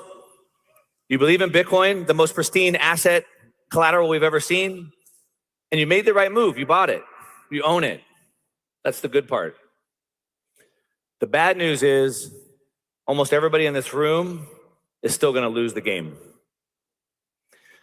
Not because you didn't buy the right asset, but because you're using that asset in the old fiat system. And you're playing by an old set of rules that no longer work. Now, the personal treasury, where's my side? The personal treasury is the answer to this. It's a way that we can take Bitcoin and build it into a system that can build wealth for the rest of our lives and for future generations. It's so that we can pass down not just an asset, but a system. Today, I'm going to break that down for you. Now, this is a question that I get asked almost all the time. Probably every day I get this coming across social media. How much Bitcoin do I need to retire? I believe there was a panel here on stage yesterday, and that was the entire topic of that conversation. How much Bitcoin do I need? Do I need 10 Bitcoin? Will 1 Bitcoin be enough?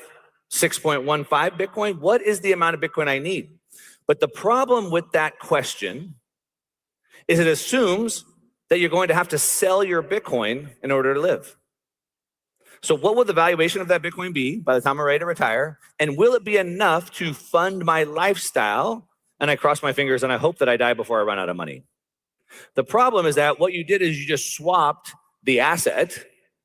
Instead of the mutual fund, you got Bitcoin, but you kept the same broken strategy. And so what that is a fiat mindset dressed in Bitcoin orange. You got the right asset, but it's the wrong system. Now, the reason why this has become the default plan is because of this chart right here. What we can see is since 1971, you guys all know about 1971. We'll talk about that more in a second. But since 1971, workers have gotten extremely more productive. Every single year, more and more productive, just like they are right now with AI. But the problem is as the value is creating going up, wages flatlined. And while a lot of people look at that and think that it's hard to get ahead of because of that, it's just a mechanism, but it's deliberately engineered mechanism. And it's been designed to run that way for over 50 years. And so I want to talk about the paradox here. And oh shoot, I have less time than I thought I did. So I got to talk even faster. The paradox is that today, in today's world, with fiat debasement, it's never been harder to achieve the American dream. It's never been harder to live. It's never been harder to buy the home and have the wife stay at home and live on one income. You earn income. You pay a huge amount of taxes. You have to live on whatever's left. And then hopefully you're stacking sats. You're staying humble. You're stacking sats 5%, 10% a year. But on the other side, if we understand how to use the mechanism, it's never been easier to build wealth. Both are true at the same time. I'm going to show that to you in this talk. Okay, let's go through this real quick. The system is not broken. Yeah, fix the money, fix the world. We're here to fix the world. But right now we have a system and it's not broken. It's actually working exactly as it's designed.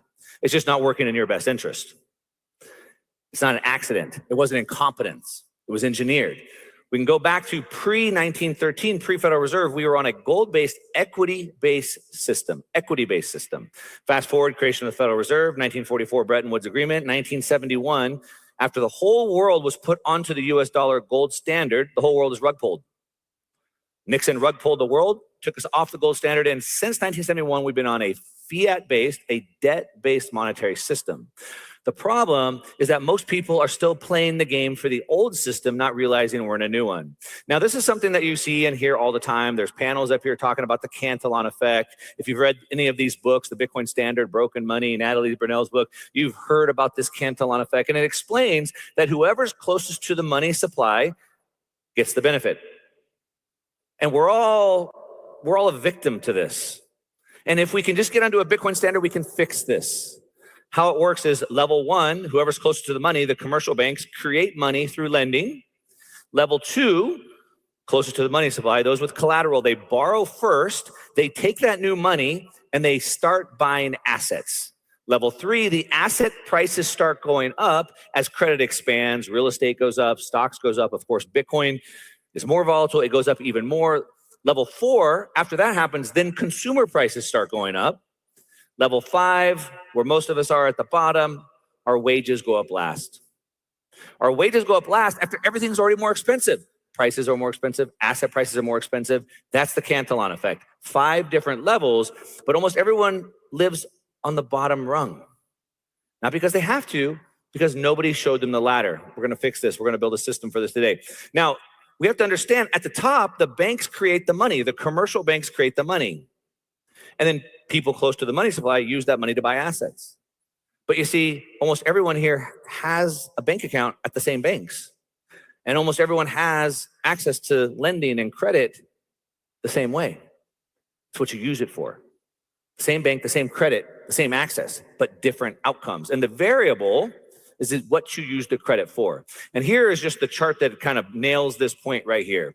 The system is not broken. This is not a failure. What you can see right here is the system is working exactly as designed. Again, 1971, where the arrow is, you can see the line going down there.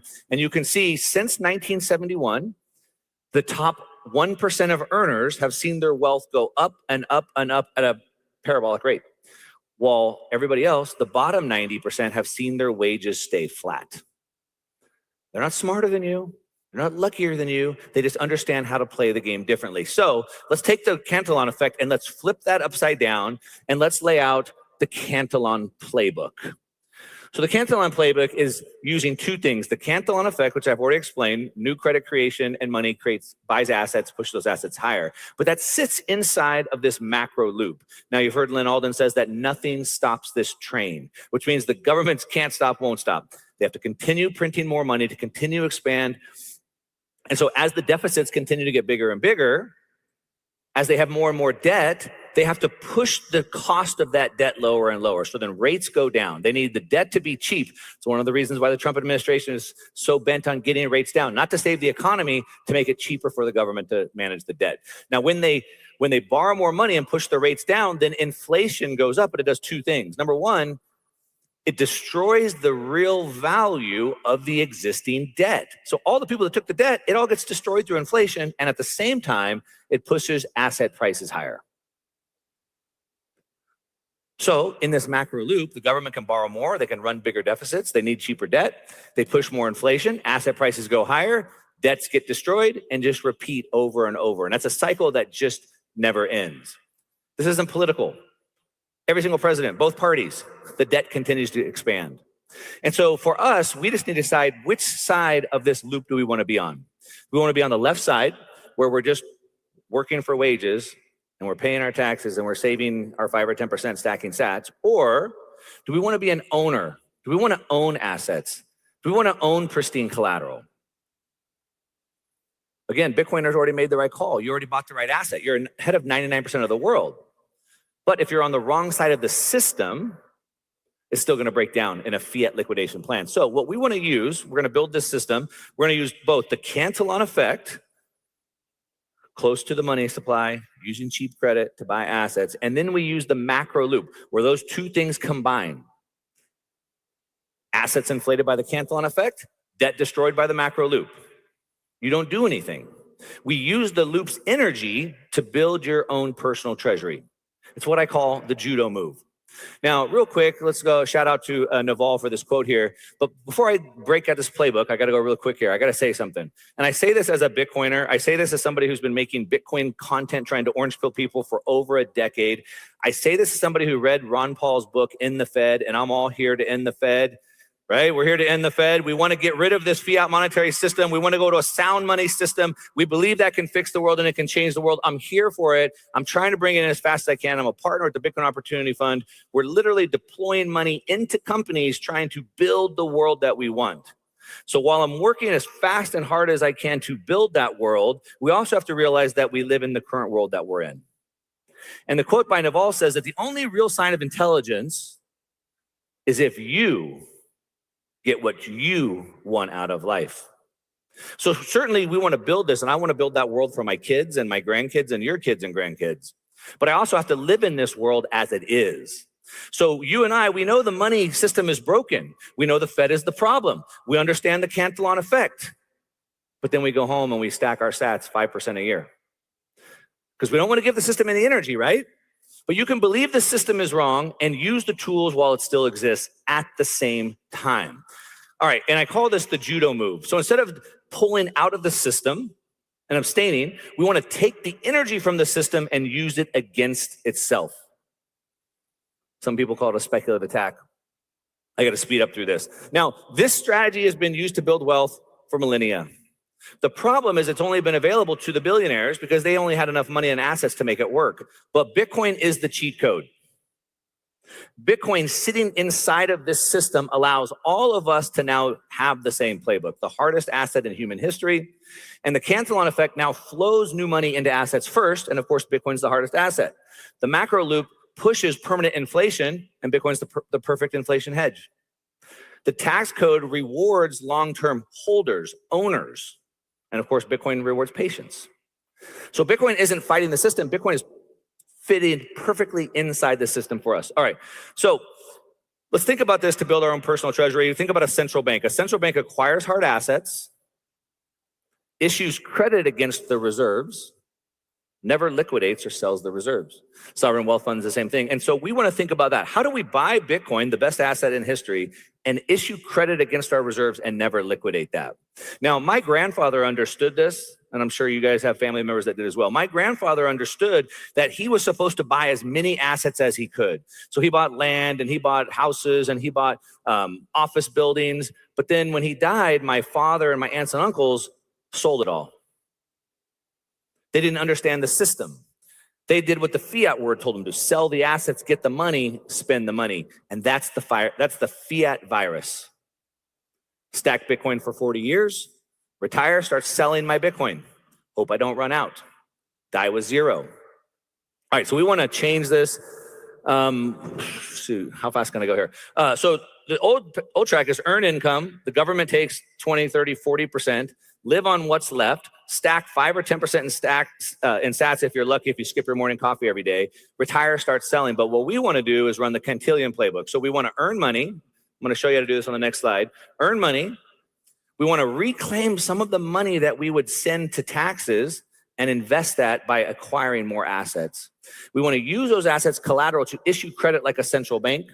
And then that funds our lifestyle and liquidity to, again, buy more assets. Let's take a look at this. So the perpetual Bitcoin machine has a name, has a mechanism, 5 steps. Number 1, just like a bank, just like the Cantillon effect, whoever's closest to the money supply, you have an account at the bank and you have access to credit, and we can use credit to acquire tax depreciation assets using the tax code, using the system's own tool. So we can buy real estate, we can buy all types of equipment, but we can buy Bitcoin mining equipment. And if I buy Bitcoin mining equipment, then the IRS allows me to use that depreciation to write off my taxes. So now, without having to make any more money, instead of giving a huge chunk of money to the IRS, I get to keep that money. And I get to buy more Bitcoin with that money. That's step number 2, reclaim. Reclaim by investing into assets that generate depreciation deductions. The government is literally paying me to buy Bitcoin mining equipment. Then I use that money I've saved to acquire more capital. New money flows into Bitcoin every single year, plus my Bitcoin miners are producing more Bitcoin every year. My asset base, my collateral base is growing, and it's a loop. So now I have all this new Bitcoin that I could issue credit against to buy more Bitcoin miners, to reclaim my tax money that would have gone to the government to buy more Bitcoin. And every year, the new Bitcoin mined and produced gives me the ability to create more credit, to write off more taxes, to buy more Bitcoin. And it compounds and it compounds, and we can pass this system forward. It's a self-sustaining system. The credit funds the assets generate reclaimed taxes, the reclaimed taxes buy more Bitcoin. This is the system that we can pass down. Now, I do want to say something really quickly, especially to my hardcore Bitcoin fans. They think that in this new world on a Bitcoin standard, credit goes away. I don't necessarily agree with that, but I do agree that credit is very dangerous. It's like fire. So I'm not standing here telling you to go issue a bunch of credit recklessly and buy Bitcoin. It's not what I'm here to talk about.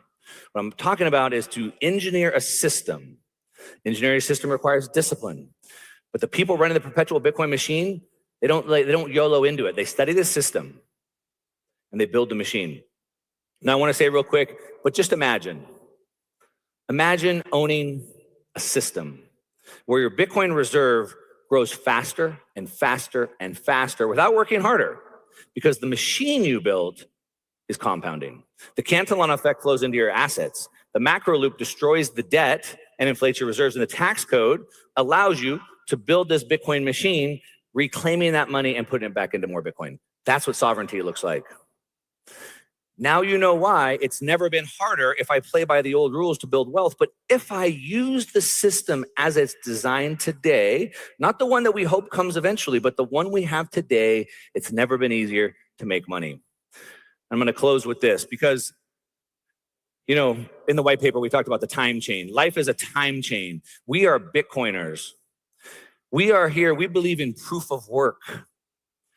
And my life should represent the proof that I was here and the work that I put in. I'm not going to die with zero. I'm not going to leave the world off worse than I found it. My life will be represented by the block that I have, and the next generation will add on the next block.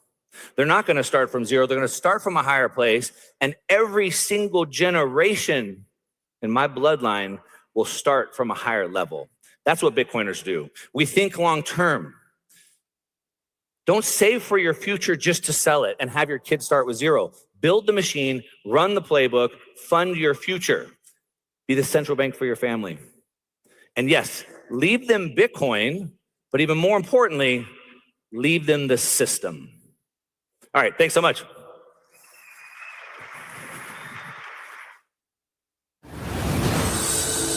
With Kalshi, you can trade on anything, from the weather, to news, to Bitcoin. And unlike other apps, Kalshi lets you trade against other users, not the house. Live trade during the events.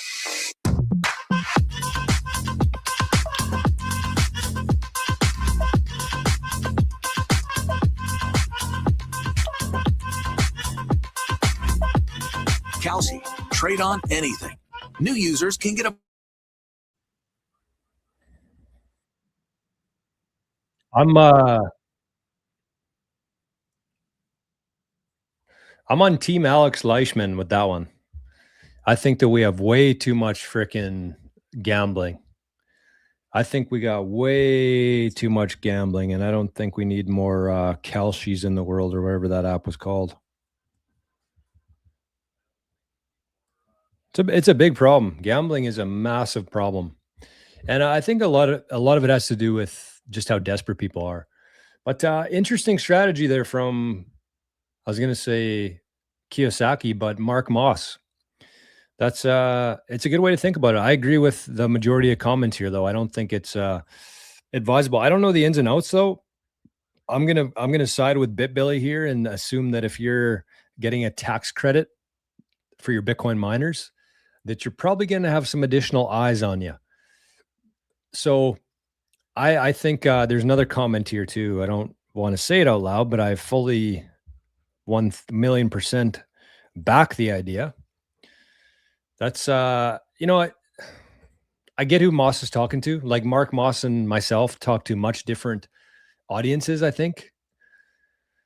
He speaks to there's a little bit of back and forth there, kind of as he was speaking there in the chat. And I think the unanimous decision was we like Moss, but he's very fiat. He's still got the majority of his time in fiat. And I think if you listen to a guy like Jeff Booth right after you listen to Mark Moss, you would see a big difference between the two, Mark Moss and a guy like Jeff Booth, because you know, I get the strategy there. I get the playbook. It makes a lot of sense to me, but at the same time, you're still like putting you're basically voting for that system to continue. He said, we all want the system to end eventually, but while it's still here, we have to be part of it. I disagree with that, because when you think about it that way, it's like the only reason why the system is still there is because so many people are still giving so much of their attention to it and their energy and their time. So I'm more of a like cut the cord kind of guy. I don't care what kind of incentives the governments are offering me. They can go fuck themselves. I'm a guy who hasn't cashed a check from the government for 5 years now. I probably have about a couple $1,000 at least in unclaimed, uncashed checks, because I don't need them. I don't want one dime from the government. I've been paying into CPP for my whole life. I worked for the first 32 years of my life, paid a bunch of CPP, which is our Canadian pension plan. And I don't ever plan to use it. I don't ever plan to get it. I don't want any part of it. I think that system is it's just the exact opposite of what I personally stand for. So it would make me a very big hypocrite if I were to sit here and say, hey, we need to starve that system while I'm still kind of giving it my attention. So, I mean, for the people who are still in fiat, that's a pretty good system probably from Mark Moss there, but it's not for a guy like me. And by the sounds of it, BitBilly as well. Satster said, why is Bitcoin so cringe? Yeah, I mean, the freaking, who do we got here? Oh, we got a panel, women, couple women. Okay, we got Natalie Brunell. We'll check them out. We'll see what it's about. We'll give the benefit of the doubt to Natalie.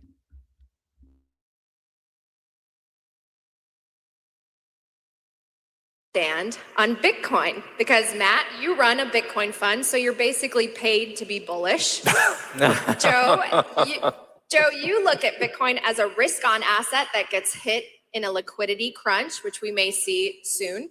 And Danielle, you're skeptical of the Fed and the system, but you're really focused on the economic data in the economy. So in one sentence each, are you a Bitcoin bull, a bear, or an agnostic?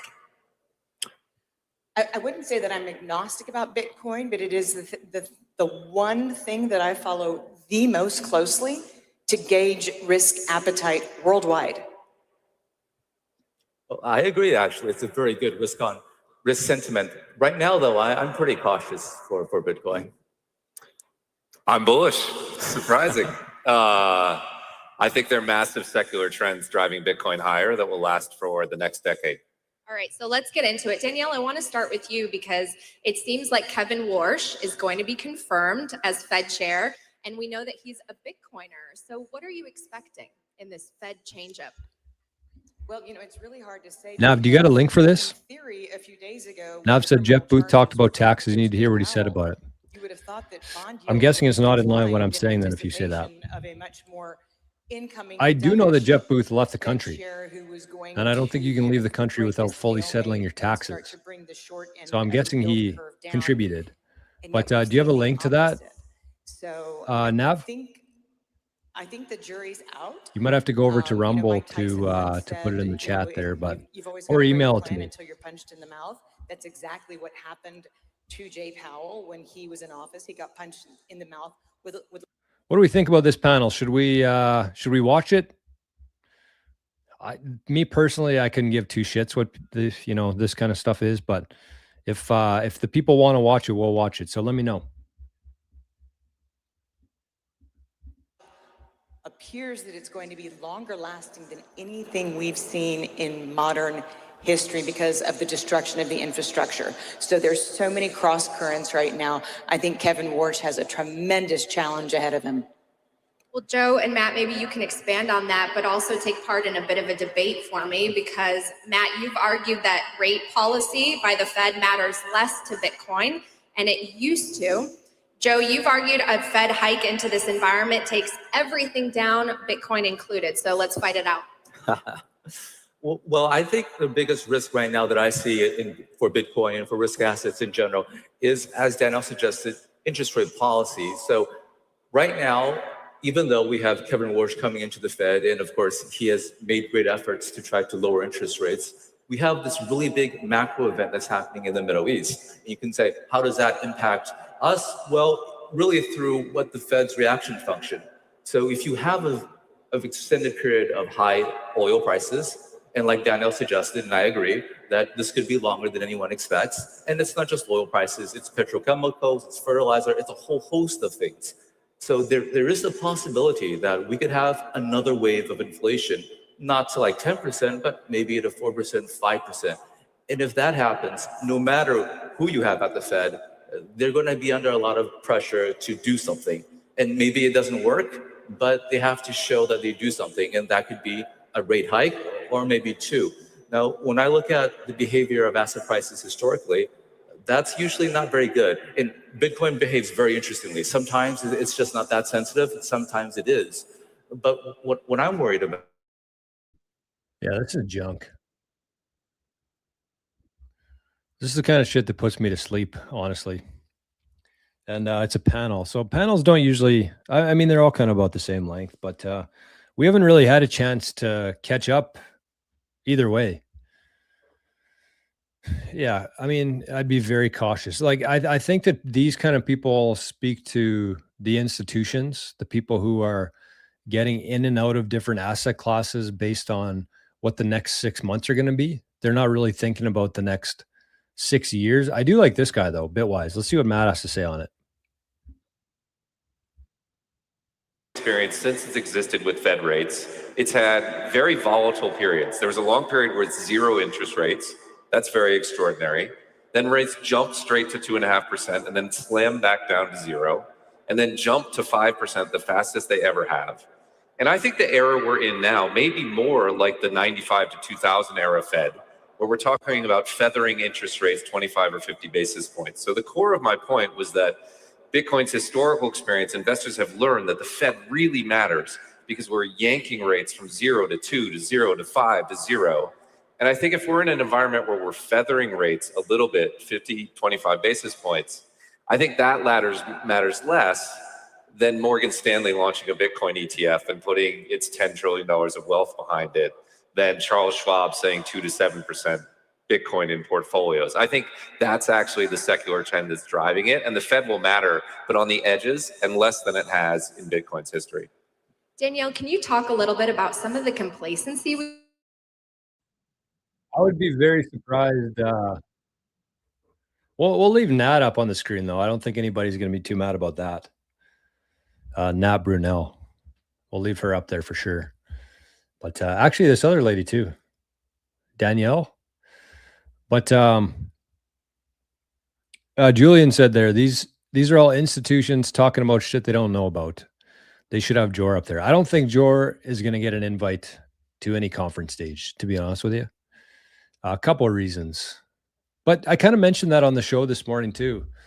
This is our second stream of the day today. I've been sitting here for, what was our first stream today? 2 hours? We're at 2 hours now already, too. I got a Guinness here, so I'm going to have this Guinness. I just wish that we had somebody to listen to here. I wonder when Saylor's supposed to speak. Can anybody take a quick look to see when Saylor's speaking today? Saylor always has really good presentations, although the last like 10 that he's done, they've all been about stretch, which is another snooze fest to me. But what was I saying there? The stream this morning, institutions. Oh, yeah.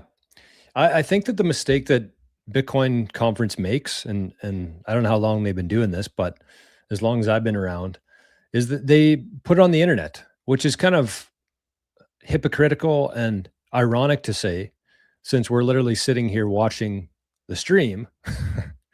But I think that if they want like real presentations, like people to speak honestly, you don't put it on YouTube. We were talking about Peter McCormick yesterday and American Hodl. Actually, two of my, I kind of went through a phase of like loving Peter McCormick because I learned a lot from him. Not so much him, but like the guests that he had on what Bitcoin did. And then he, the COVID stuff happened and he was very much team government in a way. He's like, everybody knows that. Anybody who's been paying attention to in Bitcoin for a while now, he's pretty on the side of government, but he's definitely changed his tune. And even Peter, like he took a big risk there, and I shit on him myself. I still have to put my sock in my mouth talking about Peter McCormick because when he left, like it was in 2024, I think, right around the time when Trump was getting into office, and he basically left what Bitcoin did. He passed it off to Danny. I don't know if that was part of the plan or not, but eventually what happened is he passed it on to Danny and he kind of moved on to something else. And I was like, Peter, you're an idiot. Like, what the hell are you doing? We're going into the greatest Bitcoin bull run of all time here. And you're walking away right now. But like 2 years later, 1.5 years later, I guess. But it turned out to be a pretty good decision for him, honestly, because he's able to reach a much broader audience and have conversations that I don't think he would have been able to have on a Bitcoin specific show. And I think his audience has grown significantly since he kind of detoured away from Bitcoin, but I think he's going to bring it back full circle. So I get to give props to Peter. He made the right decision, honestly. I thought it was the worst timing ever, but it ended up being pretty good timing. But Peter was up there, American Hodl was up there, and I could just tell that they wanted to talk about things, but they couldn't because this is being broadcast around the world. And so I think that if you actually wanted to have real conversations with real Bitcoiners about real topics, you cannot live stream it. You have to stop live streaming it. Then you get people to the conference. Then you get guests on the stage who aren't pandering to anybody and can actually speak freely. They don't care who's paying them to be there. They don't care what the YouTube's going to say about it or their country government's going to say about it. That's a Bitcoin conference that I would want to go to. If I were to ever create a Bitcoin conference, I get it because they needed to be on here because look, I mean, you got Mara down here. You got, oh, there was just another one up there. But I get it. They get the sponsors. So financially, I know it makes sense. But if I were to ever organize a Bitcoin conference, I would not stream it live on YouTube. It would be like the Masters. And now that I say this, now that I'm thinking about this out loud or speaking this out loud, this would be a good idea. I was thinking of the Masters there, where you go to the Masters, it's Augusta, it's the same venue every year. So I kind of like that aspect of it. Because then you can kind of familiarize yourself with the venue. It wouldn't be too big. Just like the Masters, like it's in a small town in Georgia, so they can't have too many people there. There's obviously limits. It can't be like the Phoenix Open, the Waste Management Open. So it would be private, just like the Masters. It would be the same place every year, just like the Masters. There would be no cell phones allowed in there. I would just like the Masters. You get caught with your cell phone out, you're gone. No matter how much you pay to be there.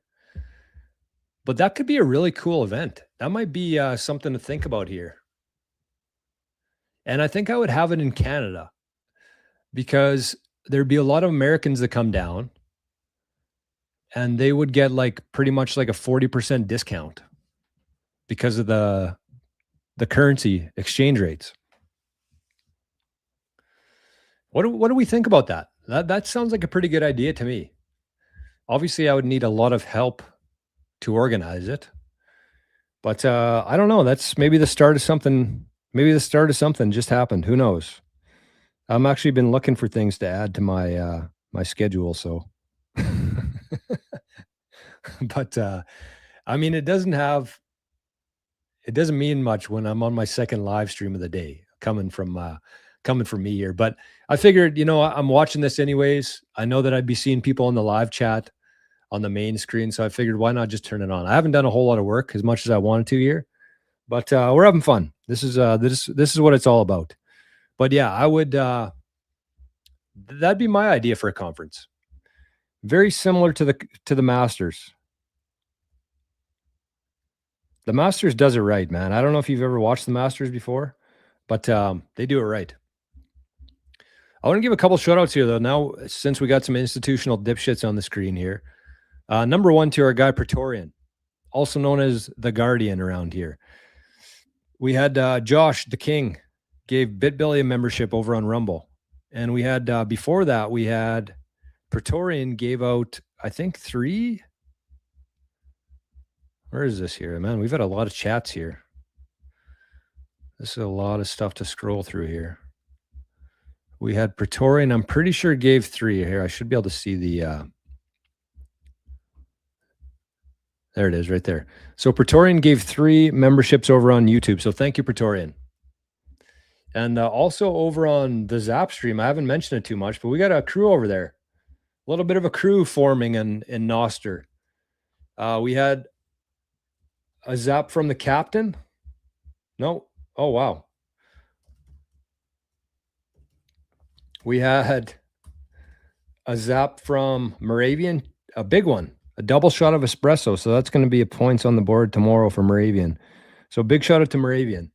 And Maria 2000, also known as Maria 1000, also known as Maria 2500, also known as Maria 6000, Maria 7000, Maria 8000, and Maria 9000, and Maria 10,000. So shout out to Maria. She sent some zaps over there in the Zap stream as well. So thank you, Maria. Maria, Moravian, Praetorian, Joshua, and the captain for showing a little bit of love. I definitely didn't expect any sort of zaps or memberships or anything today. I just figured we could come on here and have some fun. And I think we've been doing that. I don't know. I'd rather skip these guys than go through the whole thing here. But what else did I miss here? Okay, so Captain says conversation with Barclays. So that's the enterprise stage. We need the Nakamoto stage here. Keynote by Saylor at 2:40 PST. Okay, so I'm not even going to be here for that shit. PST would be, what time is it PST right now? 12:20? So that's like in another 2 hours. That's in another 2 damn hours. I guess we'll have to, no, I'm not going to be able to make that work. I got to go to, I got to go somewhere right away. But anyways, the coffee's done. So we might as well have a Guinness here before we go. Are we into that? Should we see if we can split the G? Who wants to lay some sats down on whether or not I split the G? I don't know how we do that though. Because there'd be a yes, he splits it. Yes, he drinks too much. Or no, sorry, no, he drinks too much. Or no, he drinks too little. But why not? It's Tuesday. It's conference day. I saved about $3,000 to $4,000 for not going to the conference this year. So, and I'd probably be a couple beers deep at this point anyway. So we're bringing Vegas to the prairies. Where are boots in Canada? That's a good question. I don't know where I'd put it. Ideally, we would have to have it in the prairies because, but it would probably be in Vancouver.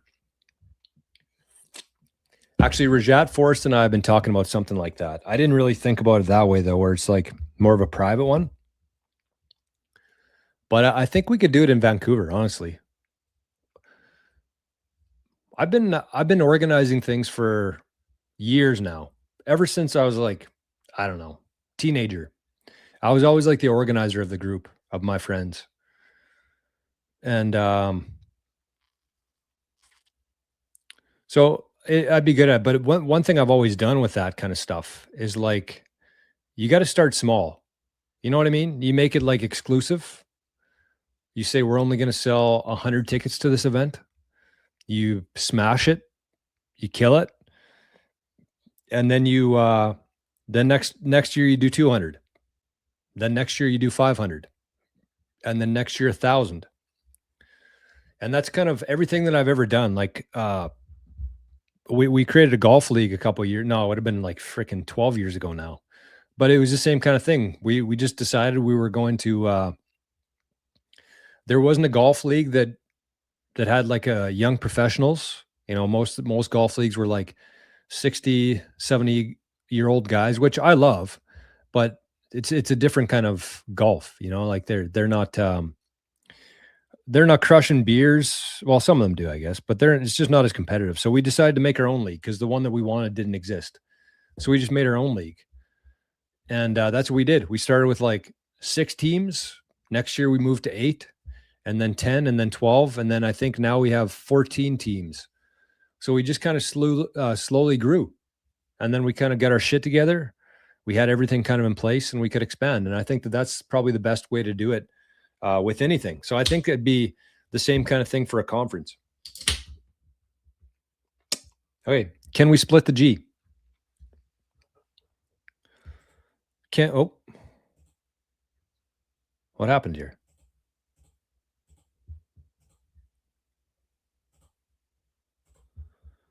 Can we split the G? Let's see. Well, that's kind of a bummer about Saylor, but it is what it is, I guess. It is what it is.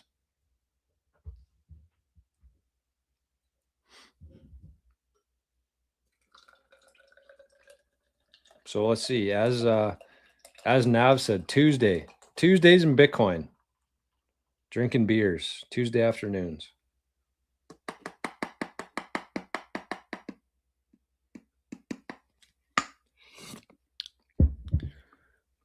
I would probably, I thought about doing evening streams. And they'd get a lot crazier. And if somebody sent in like a big zap or something, I would like shotgun a beer. I think that'd actually be a lot of fun, but I just haven't had a chance to sort out the details for that yet. You know what I mean? There's enough going on right now in my life, but one day I hope to do that. Maybe I'll just switch the stream to be like a once per week nighttime event. That'd be kind of fun, actually. But for now, we'll keep doing. We've done 512 live streams. Do you guys know that? 512. This is our 500. No, I guess it's not. I was going to say 513, but I've done more than that, just not official. I don't think we would count this one as an official one. So we're still at 512. But look at this. Okay, 1,000 sats to your Riz full if you split properly. One slug. Okay. I'm up for that. Rich being from Ireland, how's that pour? Not bad? A little too much head, I think, right? A little too much head. I don't know. I'm gonna have to set this on my laptop though, so we get an official measurement. I'm gonna have to move the camera here so we get an official measurement to see if we split the G. Okay, I think I can do it. If you split properly, yeah, I guess you have to do it like right on the G there. So it's gonna be a tough one. It's almost like impossible to do. You can split it somewhere on the G, but it's hard to do like Rich gets it. He's Irish. He's from Ireland. This is like peanuts to him. Yeah, that's honestly what I worry about. I would see. This is the kind of shit that this is why we keep it to the mornings. Shit like this, because I agree. Like I would be puddled. So we'll stick to mornings. Coffees probably suit the show a little bit better. Coffees suit the show a little bit better. Okay, are we ready? We can do this. We can do it. I'm not going to try to. I'm not going to take this. I should, but I don't want to. I kind of want to enjoy this. 10K sats though. I could use 10K sats. We'll see. I guess I'm going to start drinking, and we'll see if I go for the G, or we'll see if I go for the 10K.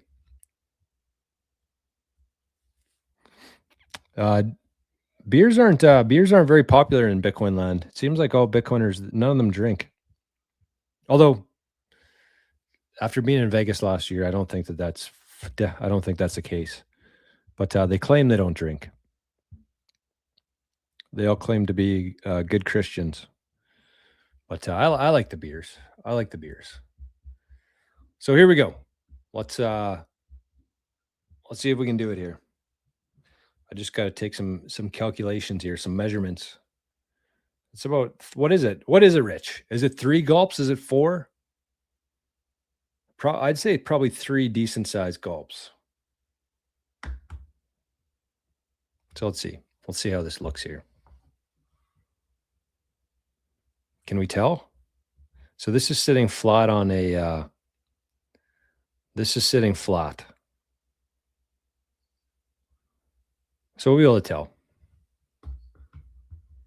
Okay, here we go. As these institutional dipshits wrap up their conversation, we're going to split the G. Okay, cheers, everybody. Cheers for being here today. Looks like the audience is clapping. No.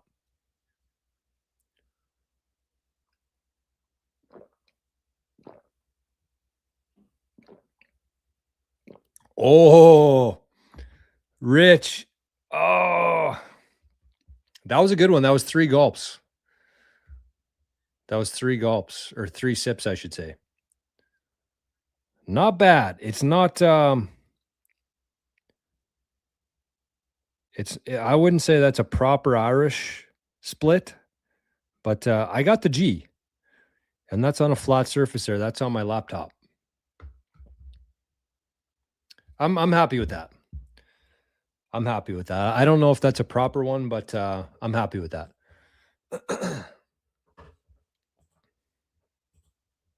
So there you go. Kachok. Kachok takes it to the next level. He said, am I late to the party? There's no such thing has too much head. See, this is why we're not ever doing the show at nighttime. We'd be probably kicked off the internet within an hour. Okay, Nat, wrap her up. Wrap her up. What do you think there, Rich?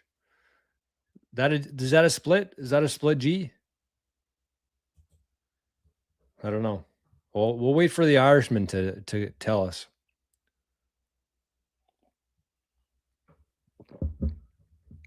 But he said we don't sip. That's fair. That's fair. That is fair. Okay, so let's get back here to the Vegas show. Let's see what's going on. Okay, they're wrapping up. They're wrapping up. They're going to be right back. There's probably a lunch break coming up too, eh? It's got to be 12:30 for them. 12:30 Vegas time. Oh, there you go, Rich. He, I guess, he gave that his blessing. He gave it his blessing there. Let's see.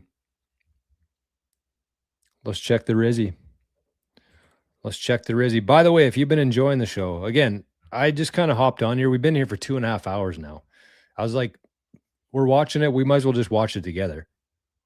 But I definitely didn't expect any sort of remuneration for being here. But, you know, if you're having fun, if you like what we're doing here on the channel, you can send some sats just like Rich did. He sent 1,000 sats and said, split the G. Thank you, Rich. And we got 5 zaps from Maria of 1,000 each. So shout out Maria, shout out Rich, shout out Moravian, shout out Kachok for a good joke there. Shout out Joshua and shout out Praetorian. And shout out, I don't know if Bit Billy's still here, but man, he had a big zap yesterday. He had a flasher going. Who's this guy? Is technology making democracy obsolete? Okay, we'll give this guy a chance. We'll give this guy a chance. And writer. What you're going to see today is a structured clash of ideas. Curtis will speak first. Mike will cross-examine him. Mike will speak. Curtis will cross-examine him. The affirmative will give a rebuttal. The negative will give a rebuttal. And the affirmative will give closing thoughts. I hope you find this engaging and educational. So with that, we'll turn it over to you, Curtis. Thank you so much, and hello, Vegas. So I'm going to try to give a 6-minute lecture in political theory and political science, which is something you probably think you already know about, but unfortunately you have the misfortune of living in the 21st century where we understand these things very poorly. And I'd like to start with a quote from the great English poet Alexander Pope, who roughly 250 years ago came up with a lovely little couplet. He said, "For forms of government let fools contest. Whatever governs best is best." Now, I don't know how many audience, the audience is a little big to do a show of hands and the lights are. Rockabilly, what's going on here? I can hear it. I'm listening to it in the background on my phone. Sound's working for me. Anybody else having sound issues here, or is it just Rockabilly? Because it seems fine for me. Let me know, though. We're going to listen to 6 minutes of political science here. I'm sorry for this, but you never know. We'll give him a shot. We'll give him a shot. A little bright, but I don't know how many people out there think well-governed country. That would certainly not be me and probably not most of the people here. But probably most of these people in this room believe in this word democracy, which is a sort of a beautiful word, and it's an abstraction that has many different meanings. Actually, I'm going to argue that we should not be using this word because it has 2 different meanings. But it's become in the 20th century, thanks to certain wars that we had, democracy becomes essentially a word just meaning your government is legitimate. So for example, North Korea the DPRK, Democratic People's Republic of Korea. That's 3 synonyms for democracy and 1 place name, and it's a monarchy, and not a great one at that. And so these words can be very tricky and very meretricious. And I'd like to basically, I think before we talk about this subject, I don't know if my interlocutor will agree with me, but there are essentially 2 things that we call democracy in this world today, which, to use words that are non-pejorative and are understood by the people behind these programs, I would call progressivism and populism. And progressivism is essentially the belief that is, of course, very, very specific and very current to the 20th century, that the state should be governed by essentially prestigious institutions, that experts should run everything, which seems almost too obvious to deny. And we have all of these beautiful, prestigious institutions. We have Ivy League universities. We have great foundations. We have great institutions of journalism. All of these basically around these orbit a sort of, an intellectual elite class that staffs these institutions, that tries very hard to get into them. And that, for me, is progressivism, which I think is a word that its supporters would be very comfortable with. On the other side, you have populism. And populism is the belief that the way a government should work is that the people should elect politicians, and the politicians should be in charge of the government. And if you believe this in 2026, you're a populist.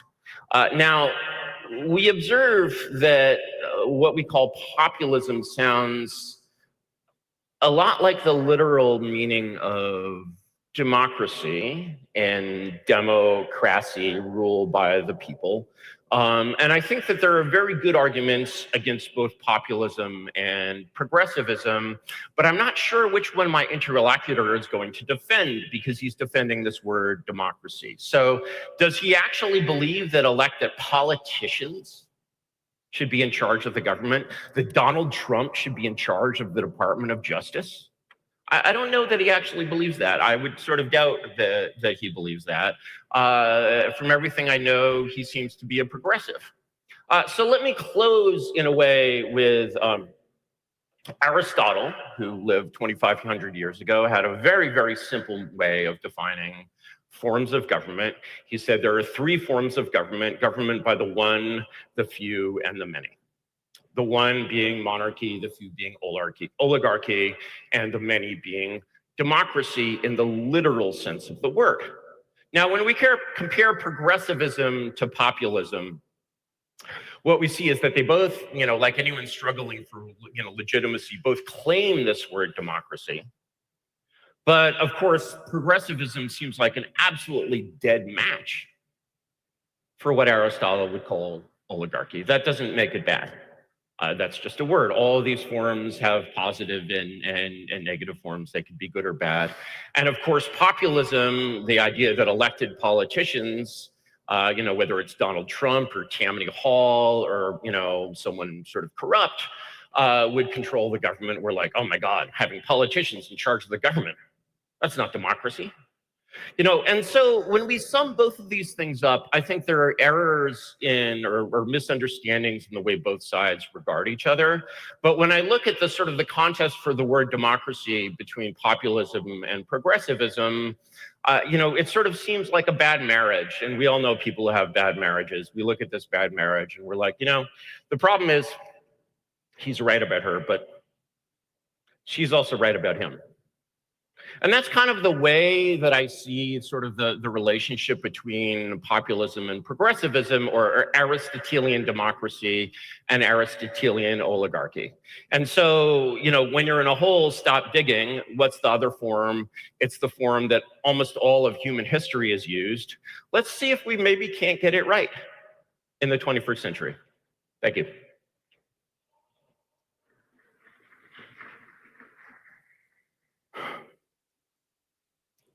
Well, let's talk about Aristotle, because I think Mr. Yarvin has greatly misunderstood the metaphysics of Aristotle's political forms. He says that Aristotle identified 3 forms of government. That's not true. He identified 6, as it turns out. I will name them in order: monarchy, tyranny, aristocracy, oligarchy, Polynea, and democracy. Democracy he meant as the corrupted form of Polynea. These dudes definitely got beat up in high school. His lessons from Plato and on the 2 types of knowledge, the techne and the phronesis. At the highest virtue would be a society, a polynea, where a polity, collectively in pursuit of truth, the phronesis, like the understanding of how to debate and argue with others in order to share a space. This idea goes back to Socrates, right? In his final decision to drink the hemlock rather than flee the city, as his followers, Plato among them, had agreed to ship him out of the city. So, I mean, this is a completely elementary error as it pertains to sort of the political philosophy of Aristotle. So I want to come back to that idea of Polynea, right? This idea of Aristotle's. I mean, it was much on the mind of the founders of this country, of course, right? When they thought about this idea of democracy. And he's correct that Aristotle saw democracy as a problem, as he defined it, because of the issue of the tyranny of the majority. The idea that the majority, the mob would. Oh, so, okay. So, I mean. You have a question for Curtis. Yeah, so this is my thing. So my question here is I mean, I don't, and to come up with a question from off of this fundamental error. I mean, we have come so far as a society to overcome the worst impulses of human nature, greatly on display. He mentions Trump as the example of the failure of democracy. I don't agree. I think the success of democracy will be demonstrated when the man is removed from office. And so my question to Yarvin is, I'm trying to respect the format, but I don't know why I should trust anything you have to say after such a fundamental error of philosophy. Okay, well, it is now your speech, Mike, so technically. But Curtis, given the break-in format, I want to give you maybe a 2 or 3 minute chance All right. to respond. Should I use the podium? Should I? Sure, yeah. All right. But then after this, let's try to get back onto the sort of agreed upon structure. All right, so Aristotle, of course, defines, can we get that timer? Yeah, could we switch that timer to like 2 minutes just to sort of create a parallelism here? And then, Mike, we're just going to give you like 4 minutes for your next speech since you just used whatever. it. It's fine. I'm good. I'm good, David. So Aristotle does, of course, define 6 forms of government, but he's simply taking the 3, he's doing a Hume is ought thing. He's taking the 3 neutral forms of by the many, by the few, and by the one, and basically saying, well, either of these can be good or bad. We'll give different names to the good and bad ones. And so he calls monarchy good and tyranny bad. I simplify that because I think separating the is and the ought are really important. And I think that, it's funny because actually the Greek word tyrant is originally a neutral word. It simply means, government by the one. So in a way, the thing that I didn't get from Mike is I didn't get a clear sort of understanding of like how he can believe in democracy and be opposed to populism. And let me sharpen that a little bit more by not talking about Trump, someone who I have, very mixed feelings about, like probably many in this room. But let's talk about the leader of El Salvador, Bukele. Now, Bukele has a popularity rating of something like 90%. He's, I think, actually the most popular world leader in the world today. He also was democratically elected. Yet many people would call him a dictator or a king. In fact, I think he actually once put both of those descriptions on his own Twitter bio. So the question is El Salvador a democracy or is it not a democracy? And why is it not a democracy? Because it's certainly not a place in which progressivism is in charge. And so my suspicion with Mike is that basically what he means by democracy simply comes down to people like him are in charge, which for me is progressivism. And I'd like to know if there's any subtlety there, or if he believes that a power opposed to him can be legitimate at all. Okay, so Mike, we're gonna make your next speech 4 minutes instead of 7, but it's on you. Okay, all right, well, well, I must insist that he's wrong in his reconstruction of Aristotle. This is like a train wreck. You can't look away. I'm quite an expert on this subject, as a matter of fact. It's also related if you're in the social sciences and are familiar with the fact-value distinction. That's what this idea that from the plain facts and observations of the world, of the relational truths that we can extract from observing our reality, you cannot construct an ought. You can't compel action. You can't give me a reason you can't say by the simple act of understanding how a rocket works that you should go to the moon. That's the Azote distinction. That's what that means. It has nothing to do with the forms of government that Aristotle was describing in the 6 forums. I mean, I must, for the sake of epistemic responsibility for the people watching this debate, to not accept this false version of Aristotle's politics, his political theory. As for the point about Mr. Bukele and his popularity, look, if you want me to admit that a dictator can be popular, there are examples of this, right? But one of the serious things, let's talk about Aristotle's version of monarchy, this virtuous monarchy. And I think the tradition of English liberty is the thing that we should look towards, which tries to, I think, embody the Aristotelian virtue of the monarchy, right? You have institutional separation of powers, right?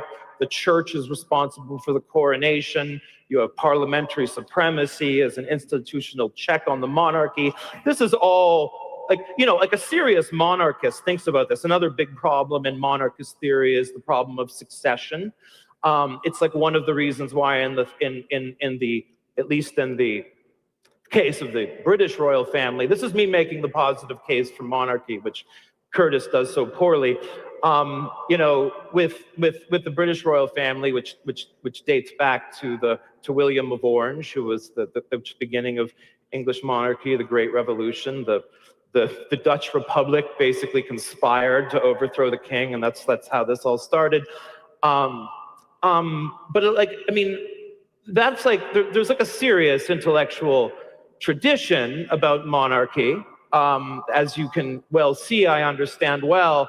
And if Aristotle were here, and if we were to walk him into the room, I don't see how he wouldn't understand what Curtis is saying to be advocating for what he would have described as oligarchy, probably going on tyranny. The CEO dictator, right? The techne leader, which was definitely the kind of person that Aristotle thought should not be leader. So did Plato too, if you read Plato's Republic very carefully. This is just like, I don't know. This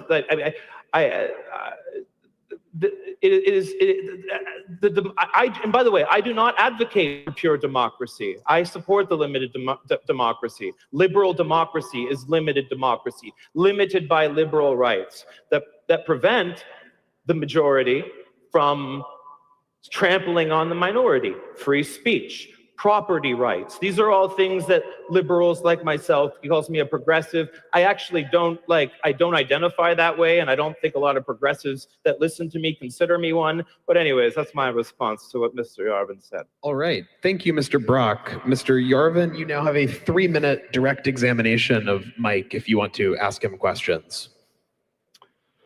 All right, I'm not sure I have, can we set that Yeah, to 3? that's going to be 3 minutes of you doing direct examination, and then you'll have a 4-minute rebuttal.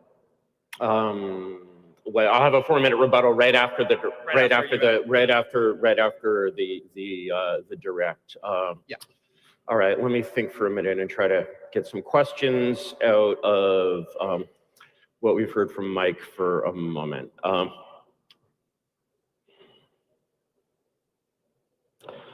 What do you think when our ancestors look at the world we live in today? If they were able to say, walk down the strip. Let's say the founders, have you walked down the strip here? Have you walked down the strip? I was joking with a friend before I came in here, just to walk down the Las Vegas Strip is the best argument against democracy I've ever seen. Have you tried that? No. And so it's like when you talk about limited democracy, let me sort of provide a more let me try to rephrase what you're saying, and then we can see if you think it's a straw man or not. All right. So when we talk about limited democracy, we're like, all right, yes, the mob killed Socrates. We need some powers that are outside democracy, that are unaccountable in some sense. You would agree that, for example, the Supreme Court is unaccountable. The New York Times is unaccountable. Would you say the New York Times is unaccountable? No. Who is it accountable to? It is accountable to the society at large. It's accountable to its readers, the people who pay its subscribers. I'm not saying I might agree with you, Mr. Yarvin, that the accountability structures that we have in the society are broken and they're unfair and they protect the elite. I want to be clear. I listen to what you say about the cathedral, and I recognize the same elite self-protection class that you do. I just simply look at that and see it as a failure of liberal democracy to protect its institutions from capture, and you look at it and see it as proof that liberal democracy has failed. And I believe, like the great tradition has believed, going back to the Enlightenment, that liberal democracy is a thing that must be continuously fought for. That is what was meant when it was famously said that it is our democracy if we can keep it, on the steps of the Constitutional Convention. So that's how I. Let me explain for a moment, and then you can agree with me or call me incorrect or whatever about how the New York Times is actually held accountable. I don't know if you've ever tried to cancel your subscription to the New York Times. It's almost impossible. Maybe we should pass a consumer protection law to make it more. How about that? I know you libertarians don't like those things, right? Alas, and the New York Times is quite above any law. I think they'd actually just ignore it. And in fact, I think the things that they do when you try to cancel your subscription are that bad. Let me explain, since I have 4 seconds, who the New York Times is accountable to. It's accountable to its shareholders. Yeah. It has 2 classes of shareholders, Class A and Class B. Yeah. The Class A shareholders are held entirely by the descendants of Adolf Ox, who lived 150 years ago. And the way the New York Times is governed is that it is a 5th generation hereditary absolute monarchy. Okay. Do you like that, or do you not like that? It's not a monarchy. It sure is. It's a corporation. Curtis, you now have a 4-minute rebuttal. All right, let me talk about, since we're talking about corporations, it is a corporation, and I think that actually I have a lot of respect for the New York Times, even though I have a lot of disagreements with it, because it's a very powerful structure. I think that actually, if you were to select the most powerful structure. This is actually a great point from VHF. I would say the New York Times is quite a bit more powerful. Because I think that the majority of people here, I don't know, it's tough to say. As Mike says, it's a corporation. It's tough to say. Well, we'll talk about this after. And the corporation elects a CEO, and the CEO today is young A.G. Sulzberger. And what's interesting about the Times is that it's sort of the last newspaper where the publisher really controls the newspaper. Jeff Bezos was trying to control, the Washington Post, which he bought for like $200 million. He tried to change one editorial and almost destroyed the paper. But the Sulzbergers are the last, hereditary monarchy from the great days of the newspaper oligarchs left standing, and they actually can control the news desk. And I think it's actually a little bit inspiring as a supporter of monarchy, the sense of responsibility that they feel, even when I think their choices are very misguided. So let's talk a little bit about monarchy and how to do it well, because what I see when I look around me is that we're in a very poorly governed country, and which is, the incredibly low quality of government that we see is mitigated and disarmed by the incredible technology that we have. The correct comparison, if you're comparing us to a successful monarchy like, say, Elizabeth I, imagine Elizabeth I, but if she had an iPhone. Don't imagine 2026, but there's no antibiotics. Imagine Elizabeth I with the internet. And if we look at, the question, and this is a question that Mike brought up, the question of how you get a good monarch, because there's a lot of worry about that. And the first thing I'd like to say is that when you're in a hole, stop digging, and the perfect is the enemy of the good. There is absolutely no perfect government on earth. There has never been one. There will never be one. It simply doesn't work like that. The problem is what we have is extremely bad, and in fact, laughably bad. And there are many, many things wrong with the government of China. I'm not a big fan of the CCP overall, but they laugh at us, and they have reason to laugh at us. And so when you run a private corporation, the important thing is essentially aligning the interests of the leadership with the interests of the corporation.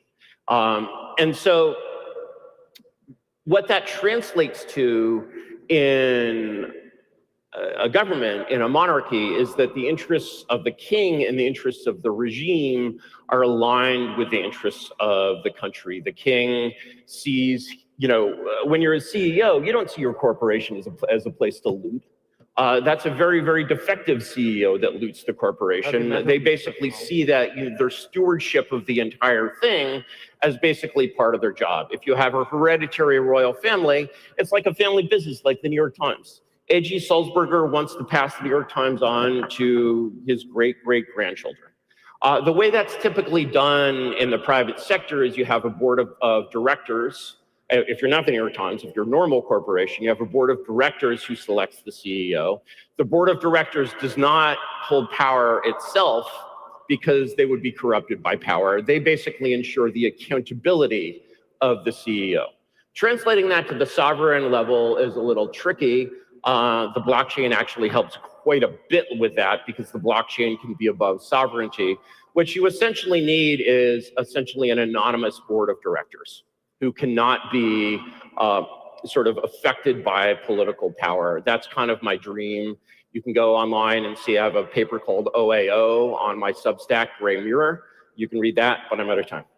All right, Mike, you have a final 6-minute rebuttal, and then Curtis, you'll bring us home with a final speech as well. He makes the point about, the sort of the hereditary incentive structure, right? And to come back to the tradition of English liberty and the British sort of Westminster arrangement, which dates back to the Magna Carta, and really becomes institutionalized, like I said, after William of Orange was put on the throne as part of the Great Revolution. It's true that and I think it's the ideal case, and it's the case that you should be making. If you're making the monarchist argument, the family traditionally would have the VHF said just like how liars hijack the word conspiracy theorist. For real, like that liberal conspiracy theorist, and even like gay people. The royal grant, like I feel like the whole gay community has been really hijacked by like the the lunatics, like the LGBTQ plus MMCF, you know, it's the same kind of thing. Like, it's not an absolute monarchy; it's a limited monarchy. the further you go down the scale, it's just like unrecognizable. Whether it's liberal, conspiracy theorist, And I think that's the word interesting gay because, itself. you know, if there is a royal family, But it's that has not by modeled accident that either. virtue that he's talking about, it's the British royal family. But it's certainly not this, like, you know, like his, you know, Mr. Yarvin's friend Peter Thiel, who sits there and says that, like, we should all want to be monopolists. We should want to free ourselves of this nonsense, like, belief that we should engage in charity, that, like, we need to get everyone out of the way. We have to enslave these pros and make them subjects of make them a customer class of our network states. I mean, like, the virtue, like, I mean, he defeats his own argument here, because, like, on one hand, you know, he exists in a clan of people who are, like, literally the corrupt virtues that Aristotle describes in oligarchy and tyranny are completely embodied by this tech right formation. And it is the opposite. I mean, if you're going to actually make the case for monarchy, you'd try to put something together, like with the British royal family, right? The idea that the Constitution, that sort of the constitutional monarchy is that, like, the royal family is subject to the law. So if the king murders someone, the king has to give up the throne and stand trial for murder. Like, that's part of the agreement of the Magna Carta. Like, that's not an absolute monarch. And so, like, that's probably been the closest example of an actual, like, monarchy that actually tries to embody the Aristotelian virtues. And Yarvin, like, doesn't even make that case. Like, that would actually be as close as you can get to a compelling case for monarchy. And I'm making it for him. I'm making the argument he should be making. And it's the one I disagree with. I'm on this side of the American Revolution. I think we should have cast that bullshit off. And I mean, if you're looking at the Epstein scandal, which is currently making its way through Windsor Palace right now, you know, you can sort of see the problem, right? The succession problem, the problem that the serious monarchical theorists have dealt with for generations. Like, I think the American experiment, our experiment in trying to embody Aristotle's Politeia, I think it's a beautiful idea. The idea that we can govern ourselves, that we can take responsibility for ourselves, and then we can build institutions in order to deal with our arguments, so that we can share this space, we can share this beautiful country, right? Towards a more perfect union, right? In the preamble of our Constitution. I think it's a beautiful idea. I think it's an idea that I embody. That's why I'm up here. I'm defending that idea. I think this experiment should go on. My interlocutor here would like to end that experiment. I think that's like, I mean, how pathetic. How could we think so lowly of ourselves that, like, we can't take on this endeavor, this idea of self-government? I think it's a beautiful idea, and that people are sitting here, like, determining we should give it up because the lines at the DMV are too long and the bureaucrats behind the counter are so incompetent. Look how easy it is for me to order my Tesla through the website. I mean, I get it, right? Like, government is hard. It's hard to, like, work together, right? To distribute power, to maintain popular sovereignty, right? Like, I mean, like, look, I mean, I think if Mr. Yarvin wants me to admit that a bunch of special interests have captured a lot of our government and created, like, an NGO and industrial complex, which is capitalist. I mean, I'm there with, I mean, like, it's fuck, like, let's, like, burn all that shit down, right? Let's get back to a responsible constitutional self-governing republic. That's what we should do. And right, and in the tradition of limited democracy in this country, legitimated through elections in our Congress. I think that's a great idea. I think we should continue it. I think we are being given an opportunity with this great failure to pursue that renewal. It's what I'm advocating for. I suggest you support my proposition in this debate, which is to the counter of the question that was on the table with us tonight, or this afternoon.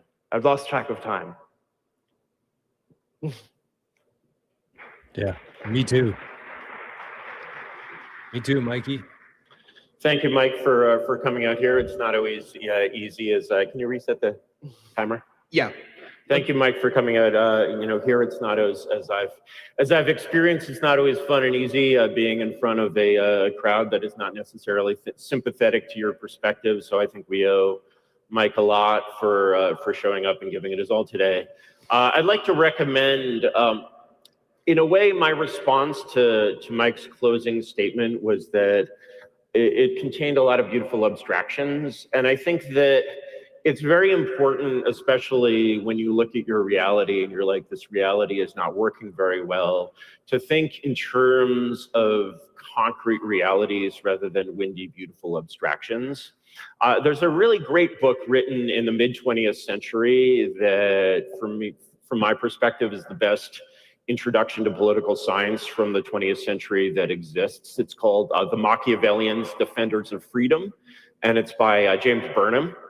And the point that Burnham makes is that every society in history sort of does this thing where they have these beautiful windy abstractions. They use words like we a lot, we the people, et cetera, checks and balances. And, and if you sort of inquire into what these words mean, you're always finding things that are like, you're just like, wait a second. So for example, we have this separation of powers idea, the legislative, the executive. And then you look at the way that the Congress actually works, and you see that, number one, Congress completely runs the executive branch. It dictates personnel, policy, and budget, most important of all. Number two, Congress is completely democratic in theory and completely undemocratic in practice. The House of Representatives is gerrymandered to within an inch of its life. It has a 98% incumbency rate. It looks like the Supreme Soviet out there. And by the way, the Soviets also had a very beautiful constitution which contained many of the same abstractions. So if you're able to penetrate past these abstractions, that's great. And the other thing that I would sort of warn people about is that this is not a new idea. Propaganda is not a new invention. For example, Mike has mentioned Magna Carta a few times, or the settlement of the Glorious Revolution in 1688. Well, Magna Carta was something that nobody talked about ever at all in the 16th century, the century of the great kings and queens of England, of Henry VIII, Elizabeth I. No one talked about it. It was a dead letter. It was essentially reinvented as part of a Puritan campaign of lawfare to dethrone Charles I in the early 17th Paradigm, century. I don't know. And when you look at the past, you'll see that people are full of windy. I don't know if you've had conversations out in the wild with fiat people, but you'll never talk about. I don't see any weight behind this comment at all. You can tell when you. Both of our debaters today. Thank you both. You can hold on. I got a clip here to play. Thanks, fellas. No one dared to tread here. Thanks, fellas. Here or here.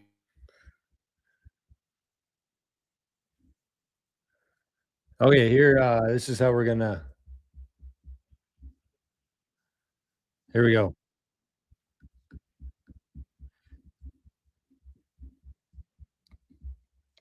This is how the debate ends. Whoa, what the hell happened here?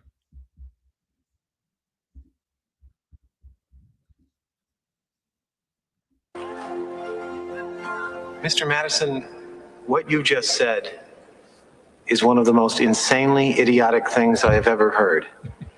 At no point in your rambling, incoherent response were you even close to anything that could be considered a rational thought. Everyone in this room is now dumber for having listened to it. I award you no points, and may God have mercy on your soul. Okay, a simple wrong would have done just fine, but Oh my God. What a time to be alive. I don't even know what's going on anymore here. I lost my screen. I don't know if I'm still even live here. Oh, what a way to wrap the day up here. We got 5 hours of streaming today. That's a new record. I don't even know what's going on. I don't know what's going on. There we go. Okay, let's see if this will.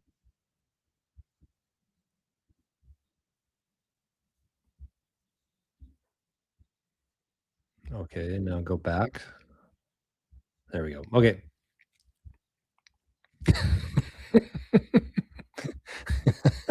Yeah. That's that was something. That was something. I don't even know. I don't know where to go from there. Looks like the boys are having a hard time grasping it too.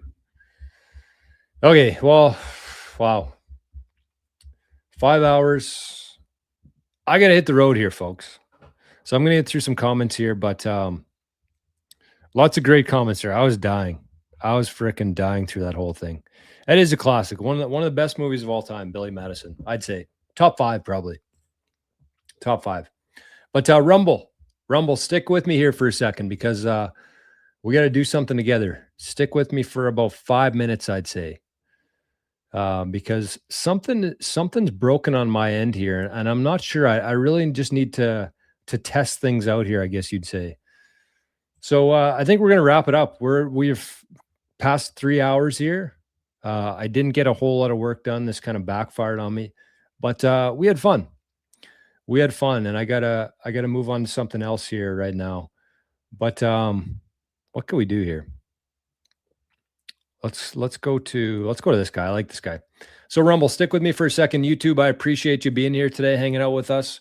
I think Saylor is going to be speaking in about an hour, just over an hour from now. So there's probably going to be some good speakers leading up to Saylor, I would guess. But unfortunately, I've kind of done my time here on the internet today. A new record for me. So thanks YouTube. Rumble, just stick with me for about 2 or 3 minutes here. I just want to try something out. So YouTube, we'll see you tomorrow. We'll be back here for our Wednesday show. Hopefully you'll join us. But thanks for the laughs today. It was a lot of fun hanging out. Maybe we'll do this tomorrow. We'll see. We'll see. But we'll talk to you guys soon. Bye-bye.